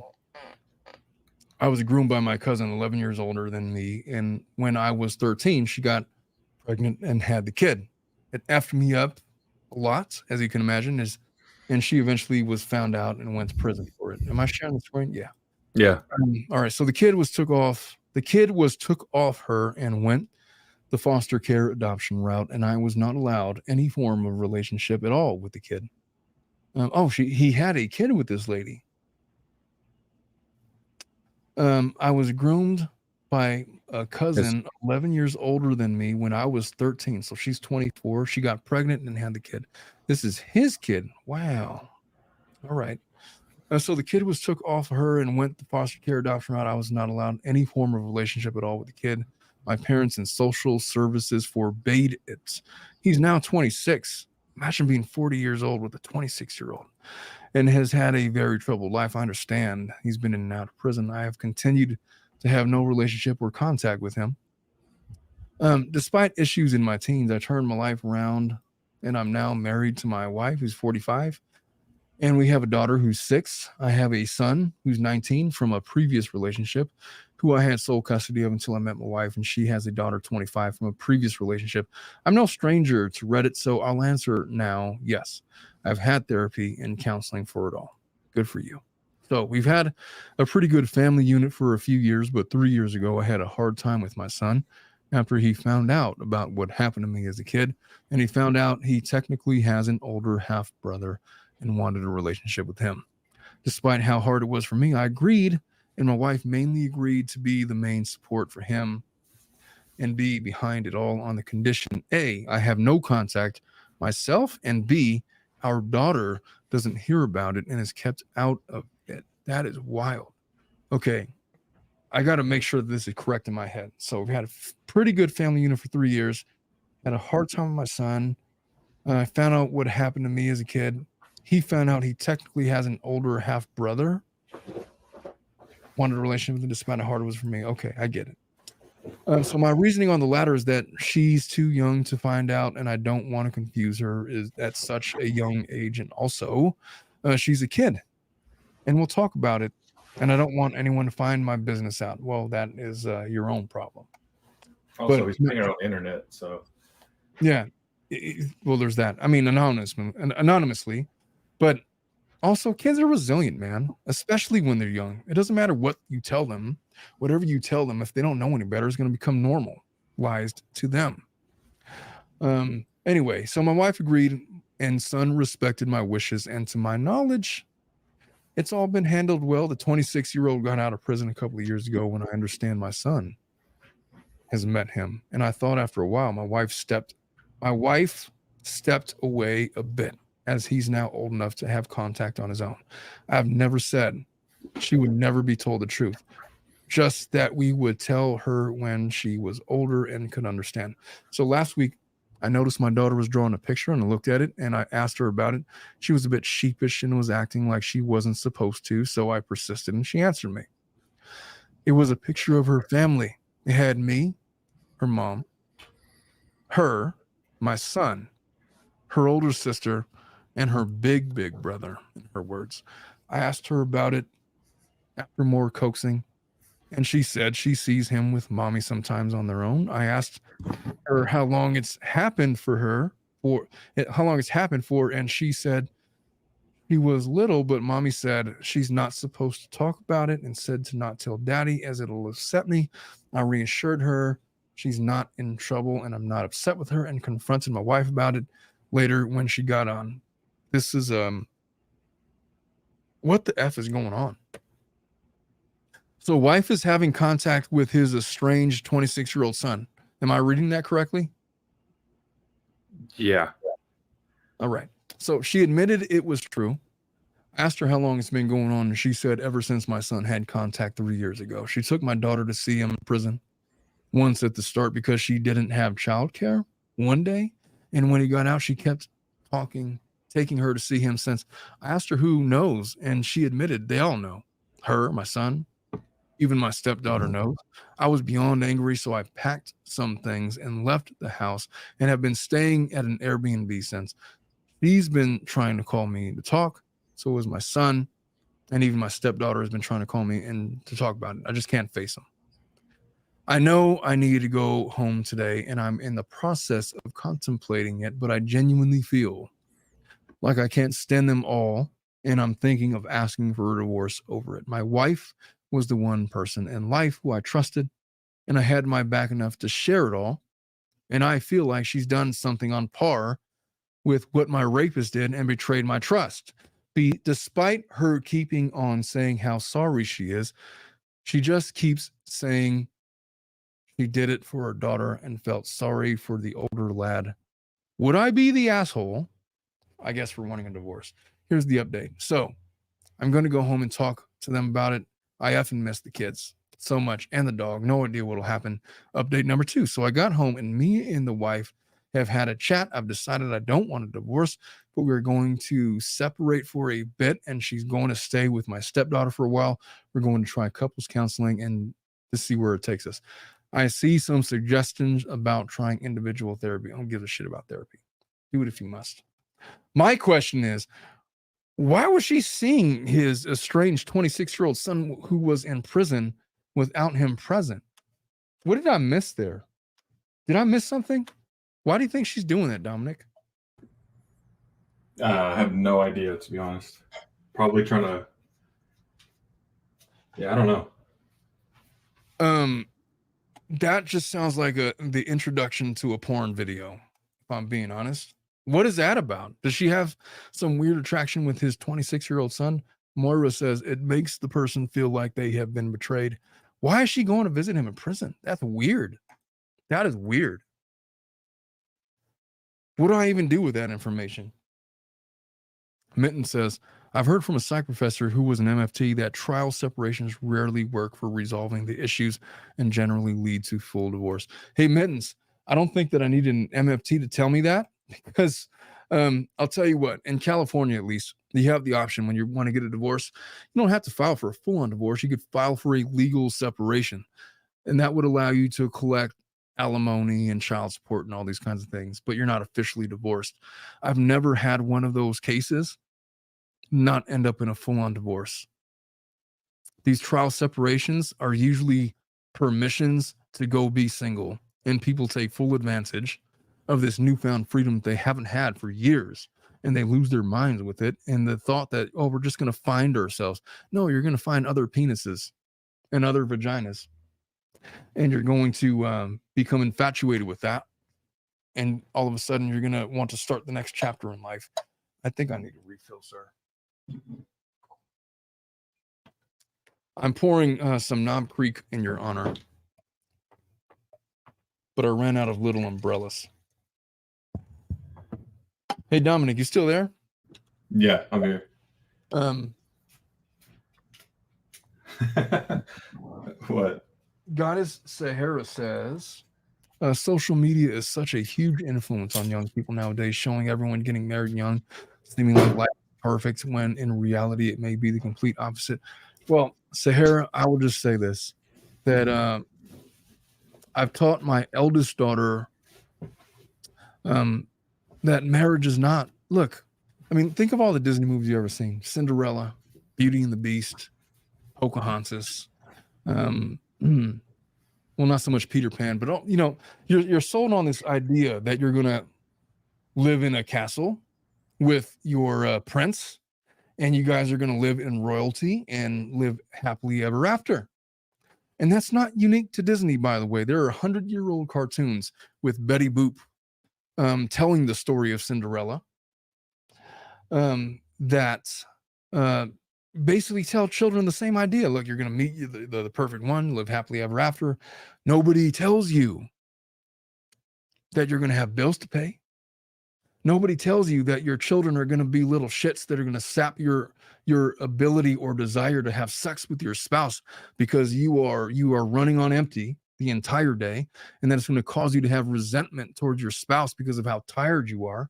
Nobody's going to tell you all the stupid little things that stress and anxiety is going to cause to turn into big things that are going to lead to the deterioration of your marriage, such that you're going to end up in somebody like myself in my office seeking a divorce or a legal separation. Nobody tells you all of those things, man. The human condition is it's a complex one.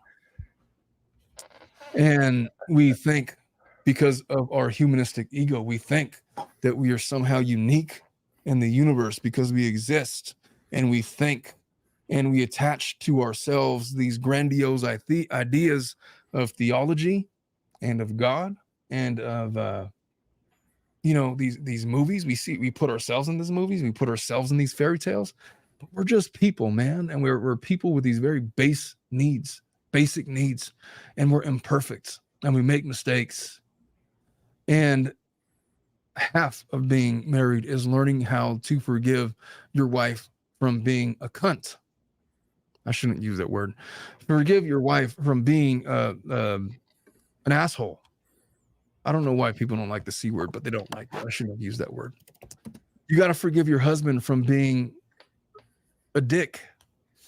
You have to forgive him for not paying attention to you. You got to forgive her for not wanting to give in to your base desires. You got to forgive each other for not being there for you when you're flat out exhausted. It's just par for the course. Now, this lady had specific rules about identifying the 26-year-old son, the estranged son who's sitting there in prison, and she's going to visit him in prison. And he had these specific ideas about how he was going to protect his children from the knowledge of this, regardless of whether or not he's right or wrong on that. He had these ideas, and she unilaterally makes this decision to go, I guess, let the cat out of the bag or whatever she's doing. I don't know, man. Is this divorce worthy? I don't know if it's divorce worthy. You have to decide whether or not you're willing to continue in the marriage, knowing she did what she did. If you can no longer trust her the same way that you used to, then you have to decide whether or not that's worth going through a full-on divorce and destroying the castle that you have built with your wife. Only you can make that call, sir. I can't make it for you, and I wouldn't be the guy to do it. But it sounds like there is a lot more going on than what he's letting on, and it sounds like this guy's a little bit naive into what's going on. And I'm there's all kinds of red flags surrounding his wife and her going to visit the son in prison without letting him know. It's one thing to go and visit the guy in prison. It's another thing to do it without knowledge of your husband. What is that about? For what reason would she need to hide that from her husband? That is bizarre, unless it's for nefarious purposes. And then you kind of got the picture. But that is the hypothetical. I'm going to get out of this one because I don't know what more I could really do for them. The Crow asked, what else has she done? Exactly. Is she poly all of a sudden? Non-ethically polyamorous? Meaning, oh, she's poly, but her husband doesn't know about it. There's lots of that going on nowadays. Mitten says that, damn it, I think we clicked on the same comment. Hey, could you bring that comment back up? Yeah. Mitten says, my happily ever after might be someone else's living hell for a lot. Oh, that's a 100%. Oh, I got to tell you, I had a high school sweetheart. And then, right before I met my wife, we had reconnected and we decided to go on a date. And it was like the biggest nightmare you could ever imagine. So this whole time in my head, she was the embodiment of perfection. But when I had met her, she was a little bit older. I was a little bit older. That wasn't what was wrong. But she was just like, she had spent the night at my place once. And she was wearing these weird pajamas that I'll never forget, like straight out of like the 1850s. It was like this long sleeve ankle length dress. And I'm like, hey, nothing against that. It was just like odd in the moment. It's like, what is that? And then she like, her hair was just like all over the place and like weird. And I'd never seen her like that before. And it was extremely weird. And then her attitude was very off-putting. And she was just weird in general. And I couldn't imagine spending any length of time with her after I had built her up in my youth, in my naivete, had built her up to be like this embodiment of female perfection. The reality of it was spending time with her in any extended period of time, allowing her to share a space with me was an utter nightmare. That's why I've never been against people that are not married living together. Hey, you should give it a test run. What's wrong with that? Unless you got some religious objections, some people do. Maribeth Carswell says, checking you out for the first time after hearing about you on Turtle Island and Dolly's Uncensored channel. There's this thing called Turtle Island that I have. I guess I'm a contestant. I'm a contestant or participant. Sarcasm. Pam, she signed me up for it. I didn't know anything about it. It's like, oh, so it's Thursday, like at 8:00. What do I do? What am I supposed to do? It's like, you do nothing. People are supposed to call in and vote for you to keep you on the show. And so that is a thing. I was watching it yesterday a little bit, and I was gonna call in and yeah, I was gonna call in and have them vote you off, but I was like, no, I'm not gonna do that. Una says that, Omar, you need to make a no holds barred bare truth video for young men. I will make both my boys watch that at least twice a day. I feel like I've been doing that, Una, for like the last couple of years now. I mean, I've been more no holds barred with it in terms of the truth. But yeah, I feel like I'm not much different from other older men that have come before me that are concerned with the young men of today. They just don't have the same skills that real men are supposed to have. They have these misconceptions. They're just not ready for a lot of this stuff. They need to have some universal truths and understand some things before they get themselves in a position where they're supposed to be the leader of a family and they're over here playing Call of Duty for 8 hours a day. What is that? What do you think's going to happen, Dick? It's just, come on. All right. CL Lorraine says, in 1994, my husband had a stroke, completely changed his personality. I considered leaving him. I stayed because of my vows. And that's, hey, man. In sickness and in health, if that's not a vow that is real to you. Look, my wife had a health scare not too long ago because of her kidneys were failing. And it was the most startling thing I'll tell you what, though, my concerns were 100% with her health. I didn't care that her body was changing, that she was gaining weight. She's all back to normal. But at the time, there was all this stuff going on. My thoughts were completely with her. Those were the vows. And I don't know if she had concerns that I would not be there for her in the moment, but it was never a question for me. She needs me. Let's go. I was dead on tired. I didn't want to go to the ER, to the emergency room or whatever, but we went. Her sister was there. So no, obviously I'm going to go with you until whatever is satisfied, because that's your partner in life.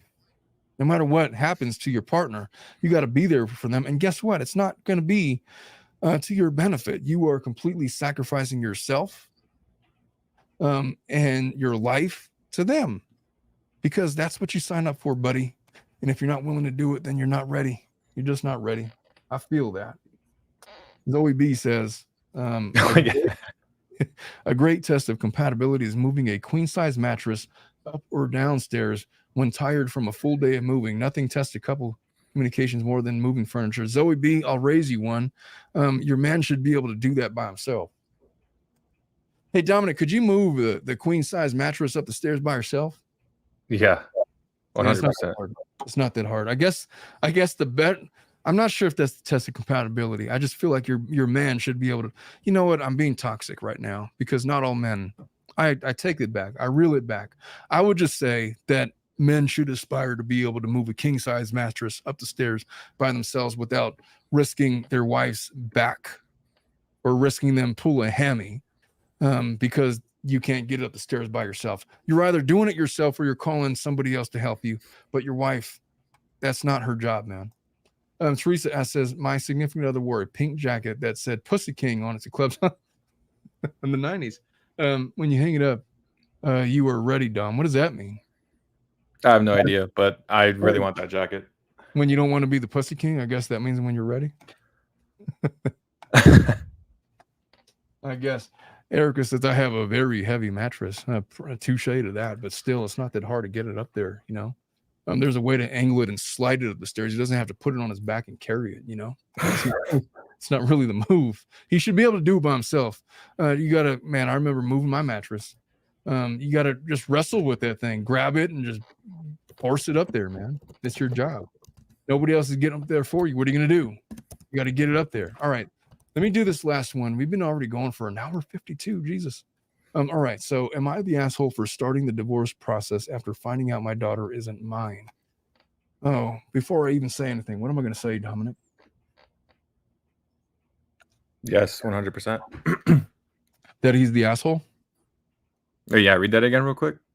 I was looking up at how heavy the queen mattress is, and it's only 120 to 160. Oh, I was so done with the mattress comment by this point. All right, let me just get into this hypo. All right. This guy says, my life feels like a bad drama show at the moment. For some context, me, 33 male, my wife, 30-year-old female, have been married for 7 years. And what I thought was our daughter, who is 3, looking back at this, all started with my wife gave birth to her daughter. Am I sharing the screen? I'm not, am I? No, you're not. All right. She suddenly became a lot more affectionate to me, was a lot more active with me in the bedroom life. She also made my favorite desserts a lot more often. She's a fantastic baker. I, of course, didn't suspect anything, since even prior to her pregnancy, there were no signs of cheating, but also possibly could be that just didn't look close enough into it. Well, this whole fiasco started 2 weeks ago after a day out with her daughter, and she just sat me down in the evening and came clean about the fact that her daughter wasn't mine. Her waterworks, of course, also started, and apparently it was a guy from the gym, and it lasted a month before he disappeared on her after he found out she was pregnant. Honestly, even typing this now, I feel like crying, since I thought I did everything perfectly and she still cheated. Look, I've been going in on men a lot on this show, especially on this episode for whatever reason. But I feel like women, especially young women, 30 and below, I feel like they have a false sense of their ability to attract men. Girls, females, let me tell you a story, man. Men will look at a couch and they will see a pair of couch cushions and they will be of mind to lube that sucker up and go to town. If you don't believe me, J.D. Vance just wrote a book about 10 years ago talking about how all of his roommates had sex with the couch, him included, because they were lonely. So the fact that a man is willing to have sex with you is not evidence that he's attracted to you. It's evidence of his biological need to ejaculate and nothing more. Because a man that's actually attracted to you, where you're the actual woman of his dreams, will go above and beyond to make you happy. It might not be in the ways that you think. But just because he thinks that you're pretty, yeah, so what? So was couch cushions on a lonely night on a Saturday when you're 16 or whatever age. But if you think because, oh, I'm on this dating website and all these hundreds of men want to date me, yeah, the ratio of men to women on these dating websites is something like 10-1. Because most men are pursuing women and they're too chicken shit to go and approach a woman, so they go on these dating websites and they will say the exact same thing to like 100,000 different women or whatever. Oh, you're so beautiful. I don't know what it is, but I'm so intrigued by you. Your personality, your profile just speaks to me. I feel like we'd have such a spark. I feel like if we ever sat down and had some drinks, I feel like we would have this spark that would just be this beautiful thing. I feel like I just want to take you out for a drink. He just wants to sleep with you and ejaculate in you. That's it, man. If you think it's anything further than that without any evidence to the contrary, then you're foolish and probably a young lady that doesn't know any better. Sadly, there's some women that are above the age of 30 and they still think like that. And then they start OnlyFans and they get like this false sense of their ability to attract real men. And what you're actually attracting is simps. You're never, look, any woman could walk down the street and find 50 guys that are ready and willing to sleep with them. That's not the measure of attraction to a woman. A measure of attraction to a woman is how much time and energy a man is willing to invest in her comfort, not even financially speaking.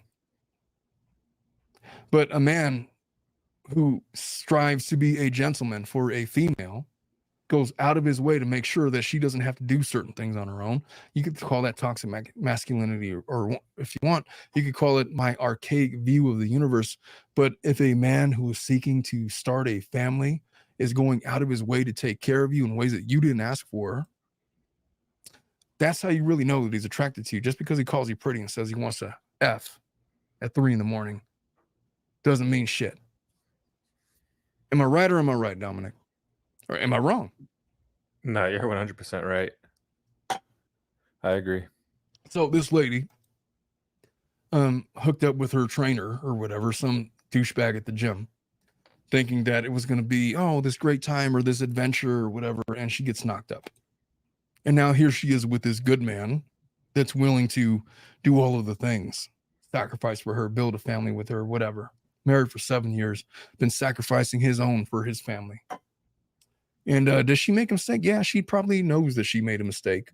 And she's probably genuinely ready to, I don't know if she's genuinely, maybe she's ready to commit to a guy. But here's the thing. Even if he were to say, you know what, I take you back, all is forgiven, she's not ever going to respect him as a man, and she's going to do it again. Any man that takes a woman back after she cheats on her is never going to have the respect for that woman ever again. And that's just how it is. And so you got to have boundaries. You got to have standards. If you were a man, you have to have boundaries with your women, and you have to be willing to walk away when they cross those boundaries. Otherwise, they're never going to respect you or those boundaries. And that's just how it is. And I'm only saying this because I've been going really hard on men in these conversations, but it goes both ways. Men have duties, women have duties, and you just have to understand there's different roles when it comes to dating. So anyway, where did I leave off? Waterworks, honestly, even type this now, I feel like crying. Okay, so as much as I wish I could say I had a stone face or something, I just started crying and she tried to comfort me. but I just pushed her away. I felt so disgusted with her. After I had calmed down a bit, I just grabbed my jacket and left for a hotel. And while I was leaving, she just begged and pleaded me to forgive her and that I was the only father her daughter knew.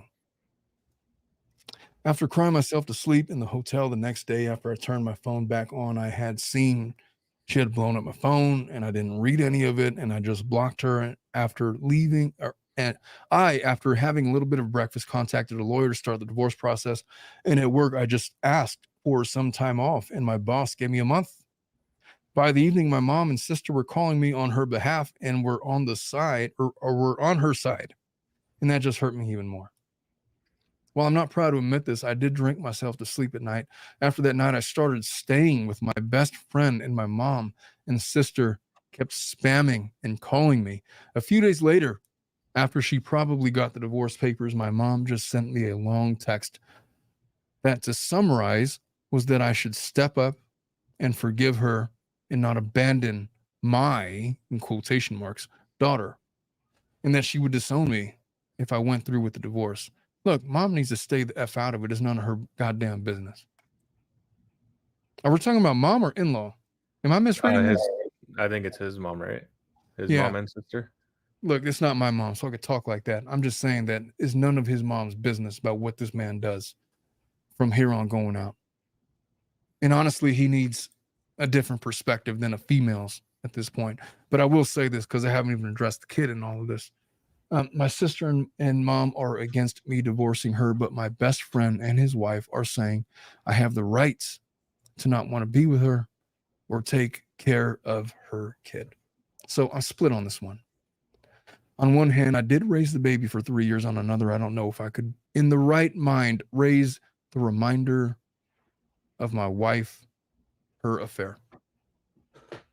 So to put some context, my sister is infertile, so I think that's also, I don't give a shit about your sister. Let's talk about the 3-year-old. The 3-year-old child you've been raising for 3 years. If you were to walk away and never speak to her again, she's resilient enough where she would recover. The alternative to staying with this lady is she's never going to respect you going forward. She's 100% going to do it again. In 7 years, she's going to be hitting you up for an open polyamorous relationship. And she's going to be expecting you to fully provide for this child that is not biologically yours. You know what that makes you in the state of California? That makes you a putative parent, a presumed parent. You know what that does? It subjects you to child support. Now you're financially responsible for this child, no matter what happens in your relationship with this lady that's inevitably doomed to failure.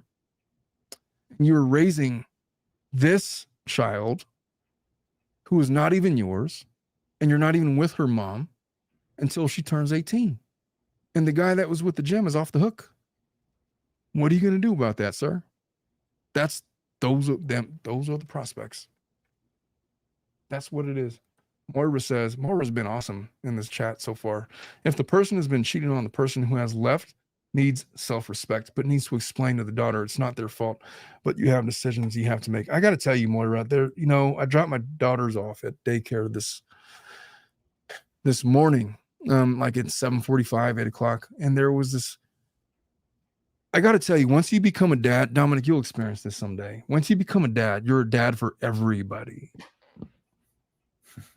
There was this young girl that was like sitting off by herself in this huge playground, and she's sitting off by the tree, and the outline is like, when I drop my kids off, I walk up the hill and around, and you could kind of look down on the playground. And I see this one isolated little girl who's like 3 or 4 years old, and she's crying, Daddy, Daddy, I want you. And it normally, look, everybody's crying in preschool, man, but this little girl, it struck a chord. She's sitting there all by herself next to this tree, and she just wants her dad. Now, you think about the law of averages. Most of those kids were not doing that. She was the only one out of maybe a couple hundred, 150, I don't know, something like that. and she's screaming for her dad. And what would prompt her to do such a thing? I'm not a therapist. I don't know. I'm just a dad that recognized a child in distress. And it wasn't, it's a funny thing. I was not the only one that was stopping to witness and watch. There was other dads that were like lining up like, hey, is somebody going to go take care of that girl? And I sat there for a minute, 5 to 10 minutes, and this girl is going on, and there's other kids going up to her to approach her to try to calm her down, and she's like scared. There's this other older girl that appeared to like go up to her, and she was trying to be friends or give her a hug, and she like backed away like she was scared.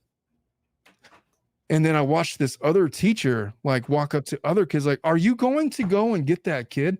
I like had half a mind to jump the fence and go like pick up that kid and like just give her the biggest hug ever. And she was by herself. And she was about 3 years old. And it just made me think, like, what is going on with this girl that she has this separation anxiety? Maybe it's nothing. But maybe, like, she just legitimately doesn't have her father in her life enough to where she could feel safe when he leaves to drop her off from school. And this 3-year-old little girl is doomed to not have her father in her life for the entirety of her childhood, because this guy is not her biological father. It's her putative father, the presumed parent, the dad who's assuming the role and has done so unknowingly for the last 3 years. When he goes away, this little girl is going to be abandoned. So what are your options here? Your options are to try to stay with this lady who's very obviously going to be cheating on you again, probably in the near future.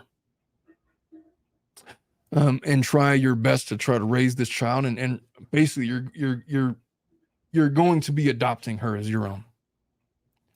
If you're unwilling to do that, or you have any reservation whatsoever, then get the hell out, leave, and don't look back, because that little girl doesn't deserve a half-assed, putative parent. So my advice to this guy is he's either all the way in or he's all the way out, but he can't do both. Because if he divorces this lady and tries to maintain a relationship with a 3-year-old, what's that going to look like, man? When she starts dating again, and all of a sudden some new guy wants to assume the role, then you're pushed to the curb and you're no longer relevant. You're completely obsolete, except obviously to the 3-year-old girl, but she's not going to have a say in the matter at all, is she? What if biological father wants to come around and assert his parental rights? You're going to have to be grown up enough to know how to co-parent, not just with mom, but with her ex, or not even her ex, her fling, her gym fling. You're going to do that? You're going to do all of that, sir? These are the prospects. It's not even your fault. You didn't put yourself in this position, but this is the reality of your situation. Stay with her and be disrespected for the rest of your life. Be known as a simp, and she's going to 100% do what she wants to do. And you're going to be providing for not just the mom, but this child as well. The child will benefit, I guess, maybe. There's no scenario where there's a happy ending where you're going to be in a loving relationship with mom and this 3-year-old, and it's going to be as if nothing ever happened. You're never going to be able to forget that you're not her biological father. And that's going to affect the way that you interact with this child for the rest of your life. So you're going to have to make some hard decisions on your own. I can't tell you what those decisions are, but the decisions are literally this. Option 1, stay with the mom. Become, in her mind, even subconsciously, a simp for the rest of the duration of your relationship with her, where she will no doubt cheat on you again, multiple times probably, and raise that little girl as if nothing ever happened, and lose your self-respect, lose your dignity, and die to your ego. That's option 1. Option 2 is to divorce immediately and turn your back on everybody, because there is not an in-between option here. That is it. Both of those options suck, but you're the one that has to choose. Are you an asshole for wanting a divorce? No, nobody's going to judge you no matter what decision you make. Just know that those are the circumstances. What do you think, Dominic? I agree. Nah, not much more to add, to be honest. It's like you have the insight of Buddha. Erica Polly says, Omar, have you heard about the Allison Chow case, a recent missing 16-year-old out of Monterey Park? I think I have. vaguely. What's going on with the Allison Chow case? Yeah, she was missing for, I believe, a couple weeks, and then they recently found her, I want to say 2 weeks ago. I did hear about this case. Yeah. I don't know what happened to her. She was missing. So did they find her? Yeah, they did. They found her. And I think the dad had something to do with it. So now they're investigating him or something like that from the last thing I saw. I'm reading an So article. it's like a little weird. Yeah, people.com. The father of a 15-year-old California girl who was missing for a week before she was found has now been charged with abducting her. After Allison Chow was found on July 23rd, 7 days after her disappearance, her father, Jeffrey Chow, thanked everyone and helped locate his daughter.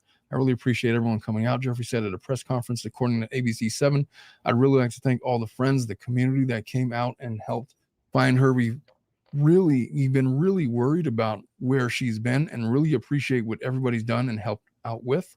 But on July 26th, the Monterey Park Police Department announced it had arrested Jeffrey in connection with Allison's disappearance. He is accused of child abduction, conspiracy, and falsifying a police report. The department said jail records indicate Jeffrey is in custody. It is not immediately clear if he entered a plea. Police did not say what led to the charge against Allison's father. Allison was reported missing on July 16th, last seen leaving her father's house in Monterey Park, according to a report at the time. ABC 7 reported that Allison was found safely when a security guard at KABC in Glendale, California, spotted her walking alone, being followed by a woman in a car.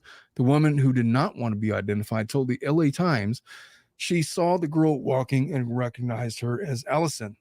The Times reported that the woman said Allison told her and the security guard that she had run away from home, didn't want to go back. Allison reportedly said she had gone on the news outlet to tell her side of the story. In a press conference held after Allison was located, it was reported that the girl's mother was recently granted temporary custody following her parents' divorce. NBC LA reported that an attorney for Jeffrey had previously said Allison had been living with her father when her mother was granted temporary custody not long before the teen went missing. This is a very complex. Okay, so that's what happened. I did hear about it when it happened. I did not know that she was found. I feel like that is grounds for a future episode of Tilted Nights. I think I got to cover that case. That is intense. Yeah, I'm going to be covering that. Just Jen says falsifying. Yeah, that happens a lot. Believe it or not. They charged her dad.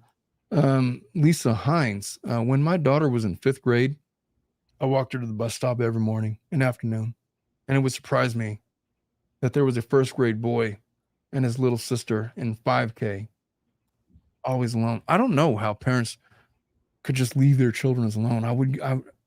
My eldest daughter is 18 years old. It was the hardest thing until she got to about high school, where I would leave her alone, where I would feel comfortable that she could get to where she's going by herself. I couldn't imagine leaving my 4 and 5-year-olds just to walk to the school bus, pick up and drop off zone. I don't know, man. Anyway, so as to that last hypothetical, that's really it. That's all I got to say to him. So that's all I have for Family Law After Dark, man. Do you have any interesting thoughts or hypotheticals or things that you want to comment on? Anime characters you want to share or video games you want to play? No, not really. I think we just need to. I saw some interest on people wanting to watch us game together, so maybe that could be like a Patreon thing where I can 1v1 you on maybe what do you call it? MLB The Show. But who knows? We'll see. I am so down for that, man. I am so down. Hey, so what's your rating on MLB The Show? I haven't played it. I haven't played the new one, so I don't know. But I'm. Okay. You been playing the new one? The 2024? I've been playing 24, but I stopped it because they kept on doing. They did like this seasons thing that turned me off. But I play like an old man. I got like 3 million stubs, and so I just buy all the players that I want because you know that's my advantage. The kids' advantage is that they're kids and they got time to play and get better at the game. I'll 100% 1v1 you on MLB, man. 100%. Does anybody in the chat have a chess.com account? Dominic, you got a chess.com account? I do not. Make one right now. Make one real quick. All Let's do right. 1v1 on chess.com. No. I have no idea how to play chess. You said you were a beast because you watched the Botez sister purr. No, I wish. I think that's one thing I do want to learn though. So if you want to teach me how to play chess, I mean, we got to Do you know how that. the pieces move? Nope, I don't. Is anybody in the chat want to play me in chess.com right now? Because I think we should preview chess nights with the Tilted Lawyer. We were supposed to do that last night. We just ran out of time talking about the Laura Owen stuff. If you have a chess.com account and you want to play me, then you got to challenge me right now. I'm Tilted Lawyer. Just challenge Tilted Lawyer. And then Medusa has one. She said she's gonna. Okay, let me log out of my regular account. Let me get into the Tilted Lawyer account, and I'm going to log into that. Medusa, I'm ready for you. I don't even have a rating yet on chess.com with my new account. All right. So I'm here. I'm going to share my screen. This is like bonus footage at this point. We're done with the family law aspect of it. All right. Hey Medusa, what's your screen name? Why is your channel called Tilted Lawyer? Because it's a chess term. When you play chess, there are occasions when you play so much and you're so frazzled, your brain is just so off that you can't think straight, you can't calculate correctly, you can't evaluate the position correctly, and so you're tilted, you're on tilt. It's usually in the midst of like a 5 to 10 to 15 game losing streak that you go on, and you just, you know what, it's best to just go to sleep and play again tomorrow because you're done for today. You're frazzled, you're tilted. That's where the term came from. I've seen the phrase pop up in other places since then. It's Miss Medusa. Miss Medusa. All right, Medusa, I'm going to challenge you right now, and hopefully this works out. Am I sharing my screen? Yeah, you are. Okay, how do I do this? If I go to, no, I don't want to. I feel like I'm constantly in a state of tilted. So I'm gonna. Life is that way, sir. All right. If I go to play a friend, her name was Miss Medusa. I found you. All right. So I am challenging you to a 3-minute game. You just need to accept, and then we're going to play. Is it on my screen? It's on my screen. This is like the inaugural chess.com tilted chess nights or whatever. We're going to debut this on a future episode. My rating is not displayed because y'all don't need to know my rating. Just know I'm not a grandmaster. But I'm not a chump either. I don't know. Did it not work out? Hello, Omar. What does it say? Hello, Omar. Here just to listen to you for a while. I like the sound of your voice. Well, thanks. Only me, baby. I appreciate that. Now, lots of people like my voice. Some people like it more than others. Some people don't like it at all. There's nothing I could really do about it. Hey, Dominic, when we're editing the show, this portion does not go on the main Believe podcast. Sounds good. Because this is not a podcast thing. Let me challenge her again. I want to play a friend. Her name is Miss Medusa. Miss Medusa, if you're out there, you need to accept my challenge. If you beat me, I will give you 1 million hypothetical dollars. Not really. Well, hypothetical. She has to log in first.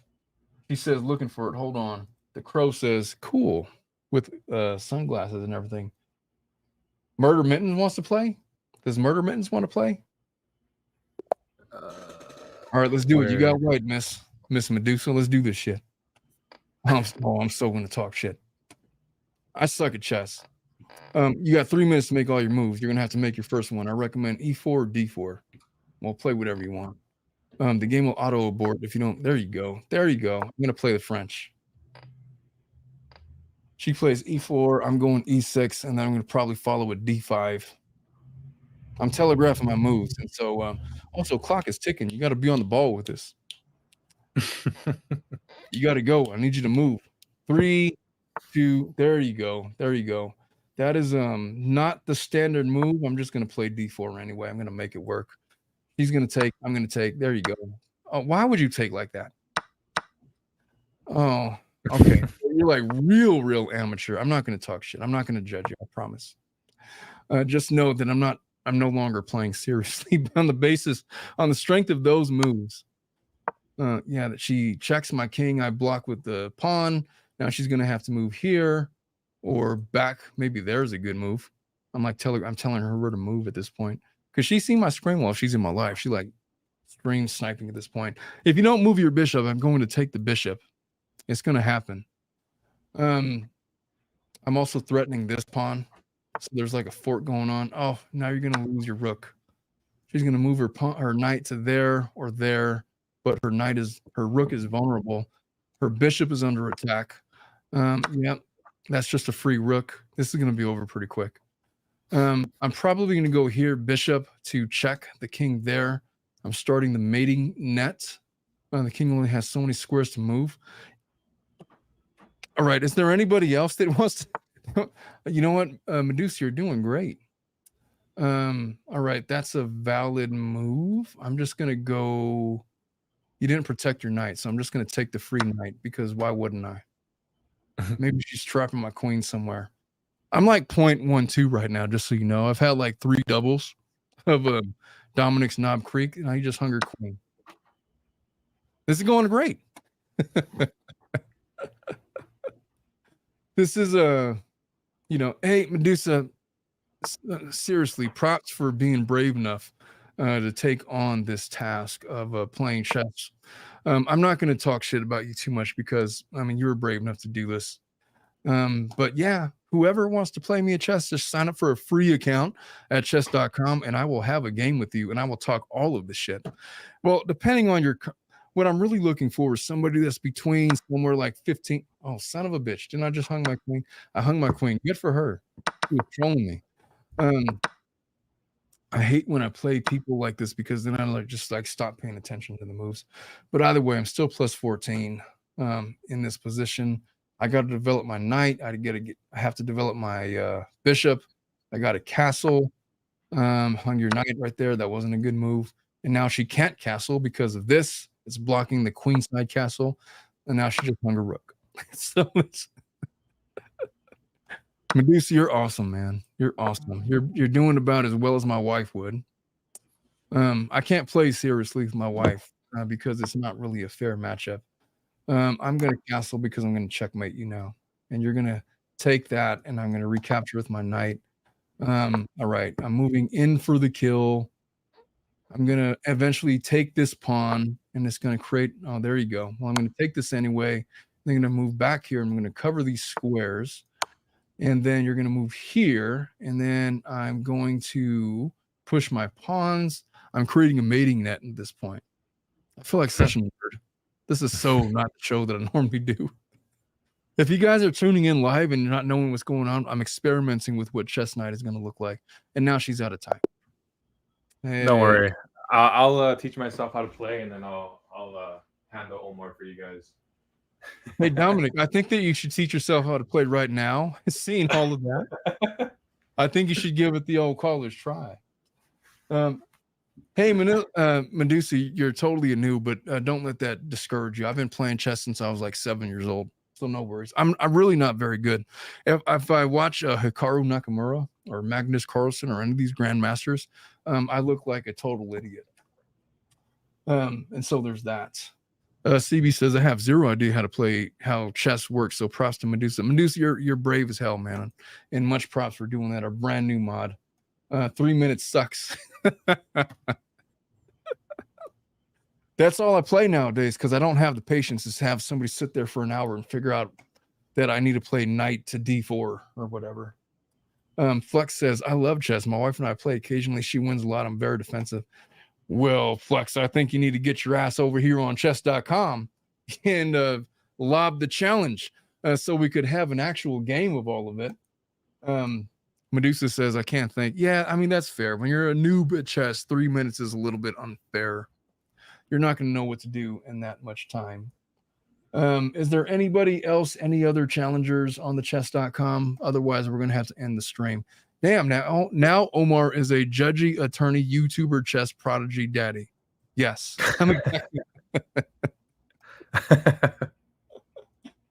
Flex says, you would kick my ass. Yeah, but that's not, no judgments here, man. You never know. Maybe I'll spot you a queen or something.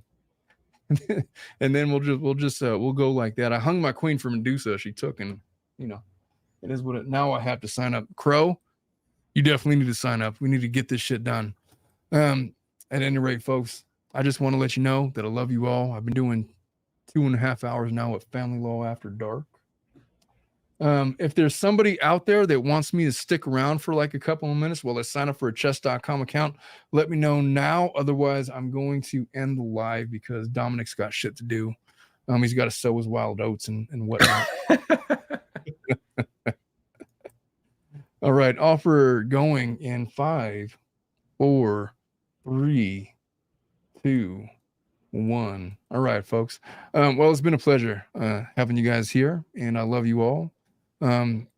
Be looking for this. If you caught it on the live, if you want, we are going to have this show up on our audio podcast. Where could you find a podcast? Wherever podcasts are heard. We're part of the Believe Network, and they broadcast our show to literally every podcast carrier out there. So whatever you have, you'll find us. Just Google search Tilted Lawyer. If you're on Apple Podcasts, if you're on Spotify, Dominic will have this show up and ready for audio by 12 o'clock tomorrow. And with that, do you have any parting thoughts, Dominic? Yeah, also really quick, I made a Twitch channel for Omar, so if you guys want to check that out, I don't know if you guys prefer Twitch over YouTube, but I made that, so it's just the same thing. It's the Tilted Lawyer. I'm going to put it in the link tree later today, in Omar's link tree. His link tree, by the way, if you guys don't know, it's in his YouTube bio, so if you guys open up his YouTube bio, it'll be the link tree that has like all the links in there, so you guys can check that out. For sure. Hey, Dominic, thanks, man, for sticking around. I love you guys all, and we will see you guys probably on Monday. Bye-bye.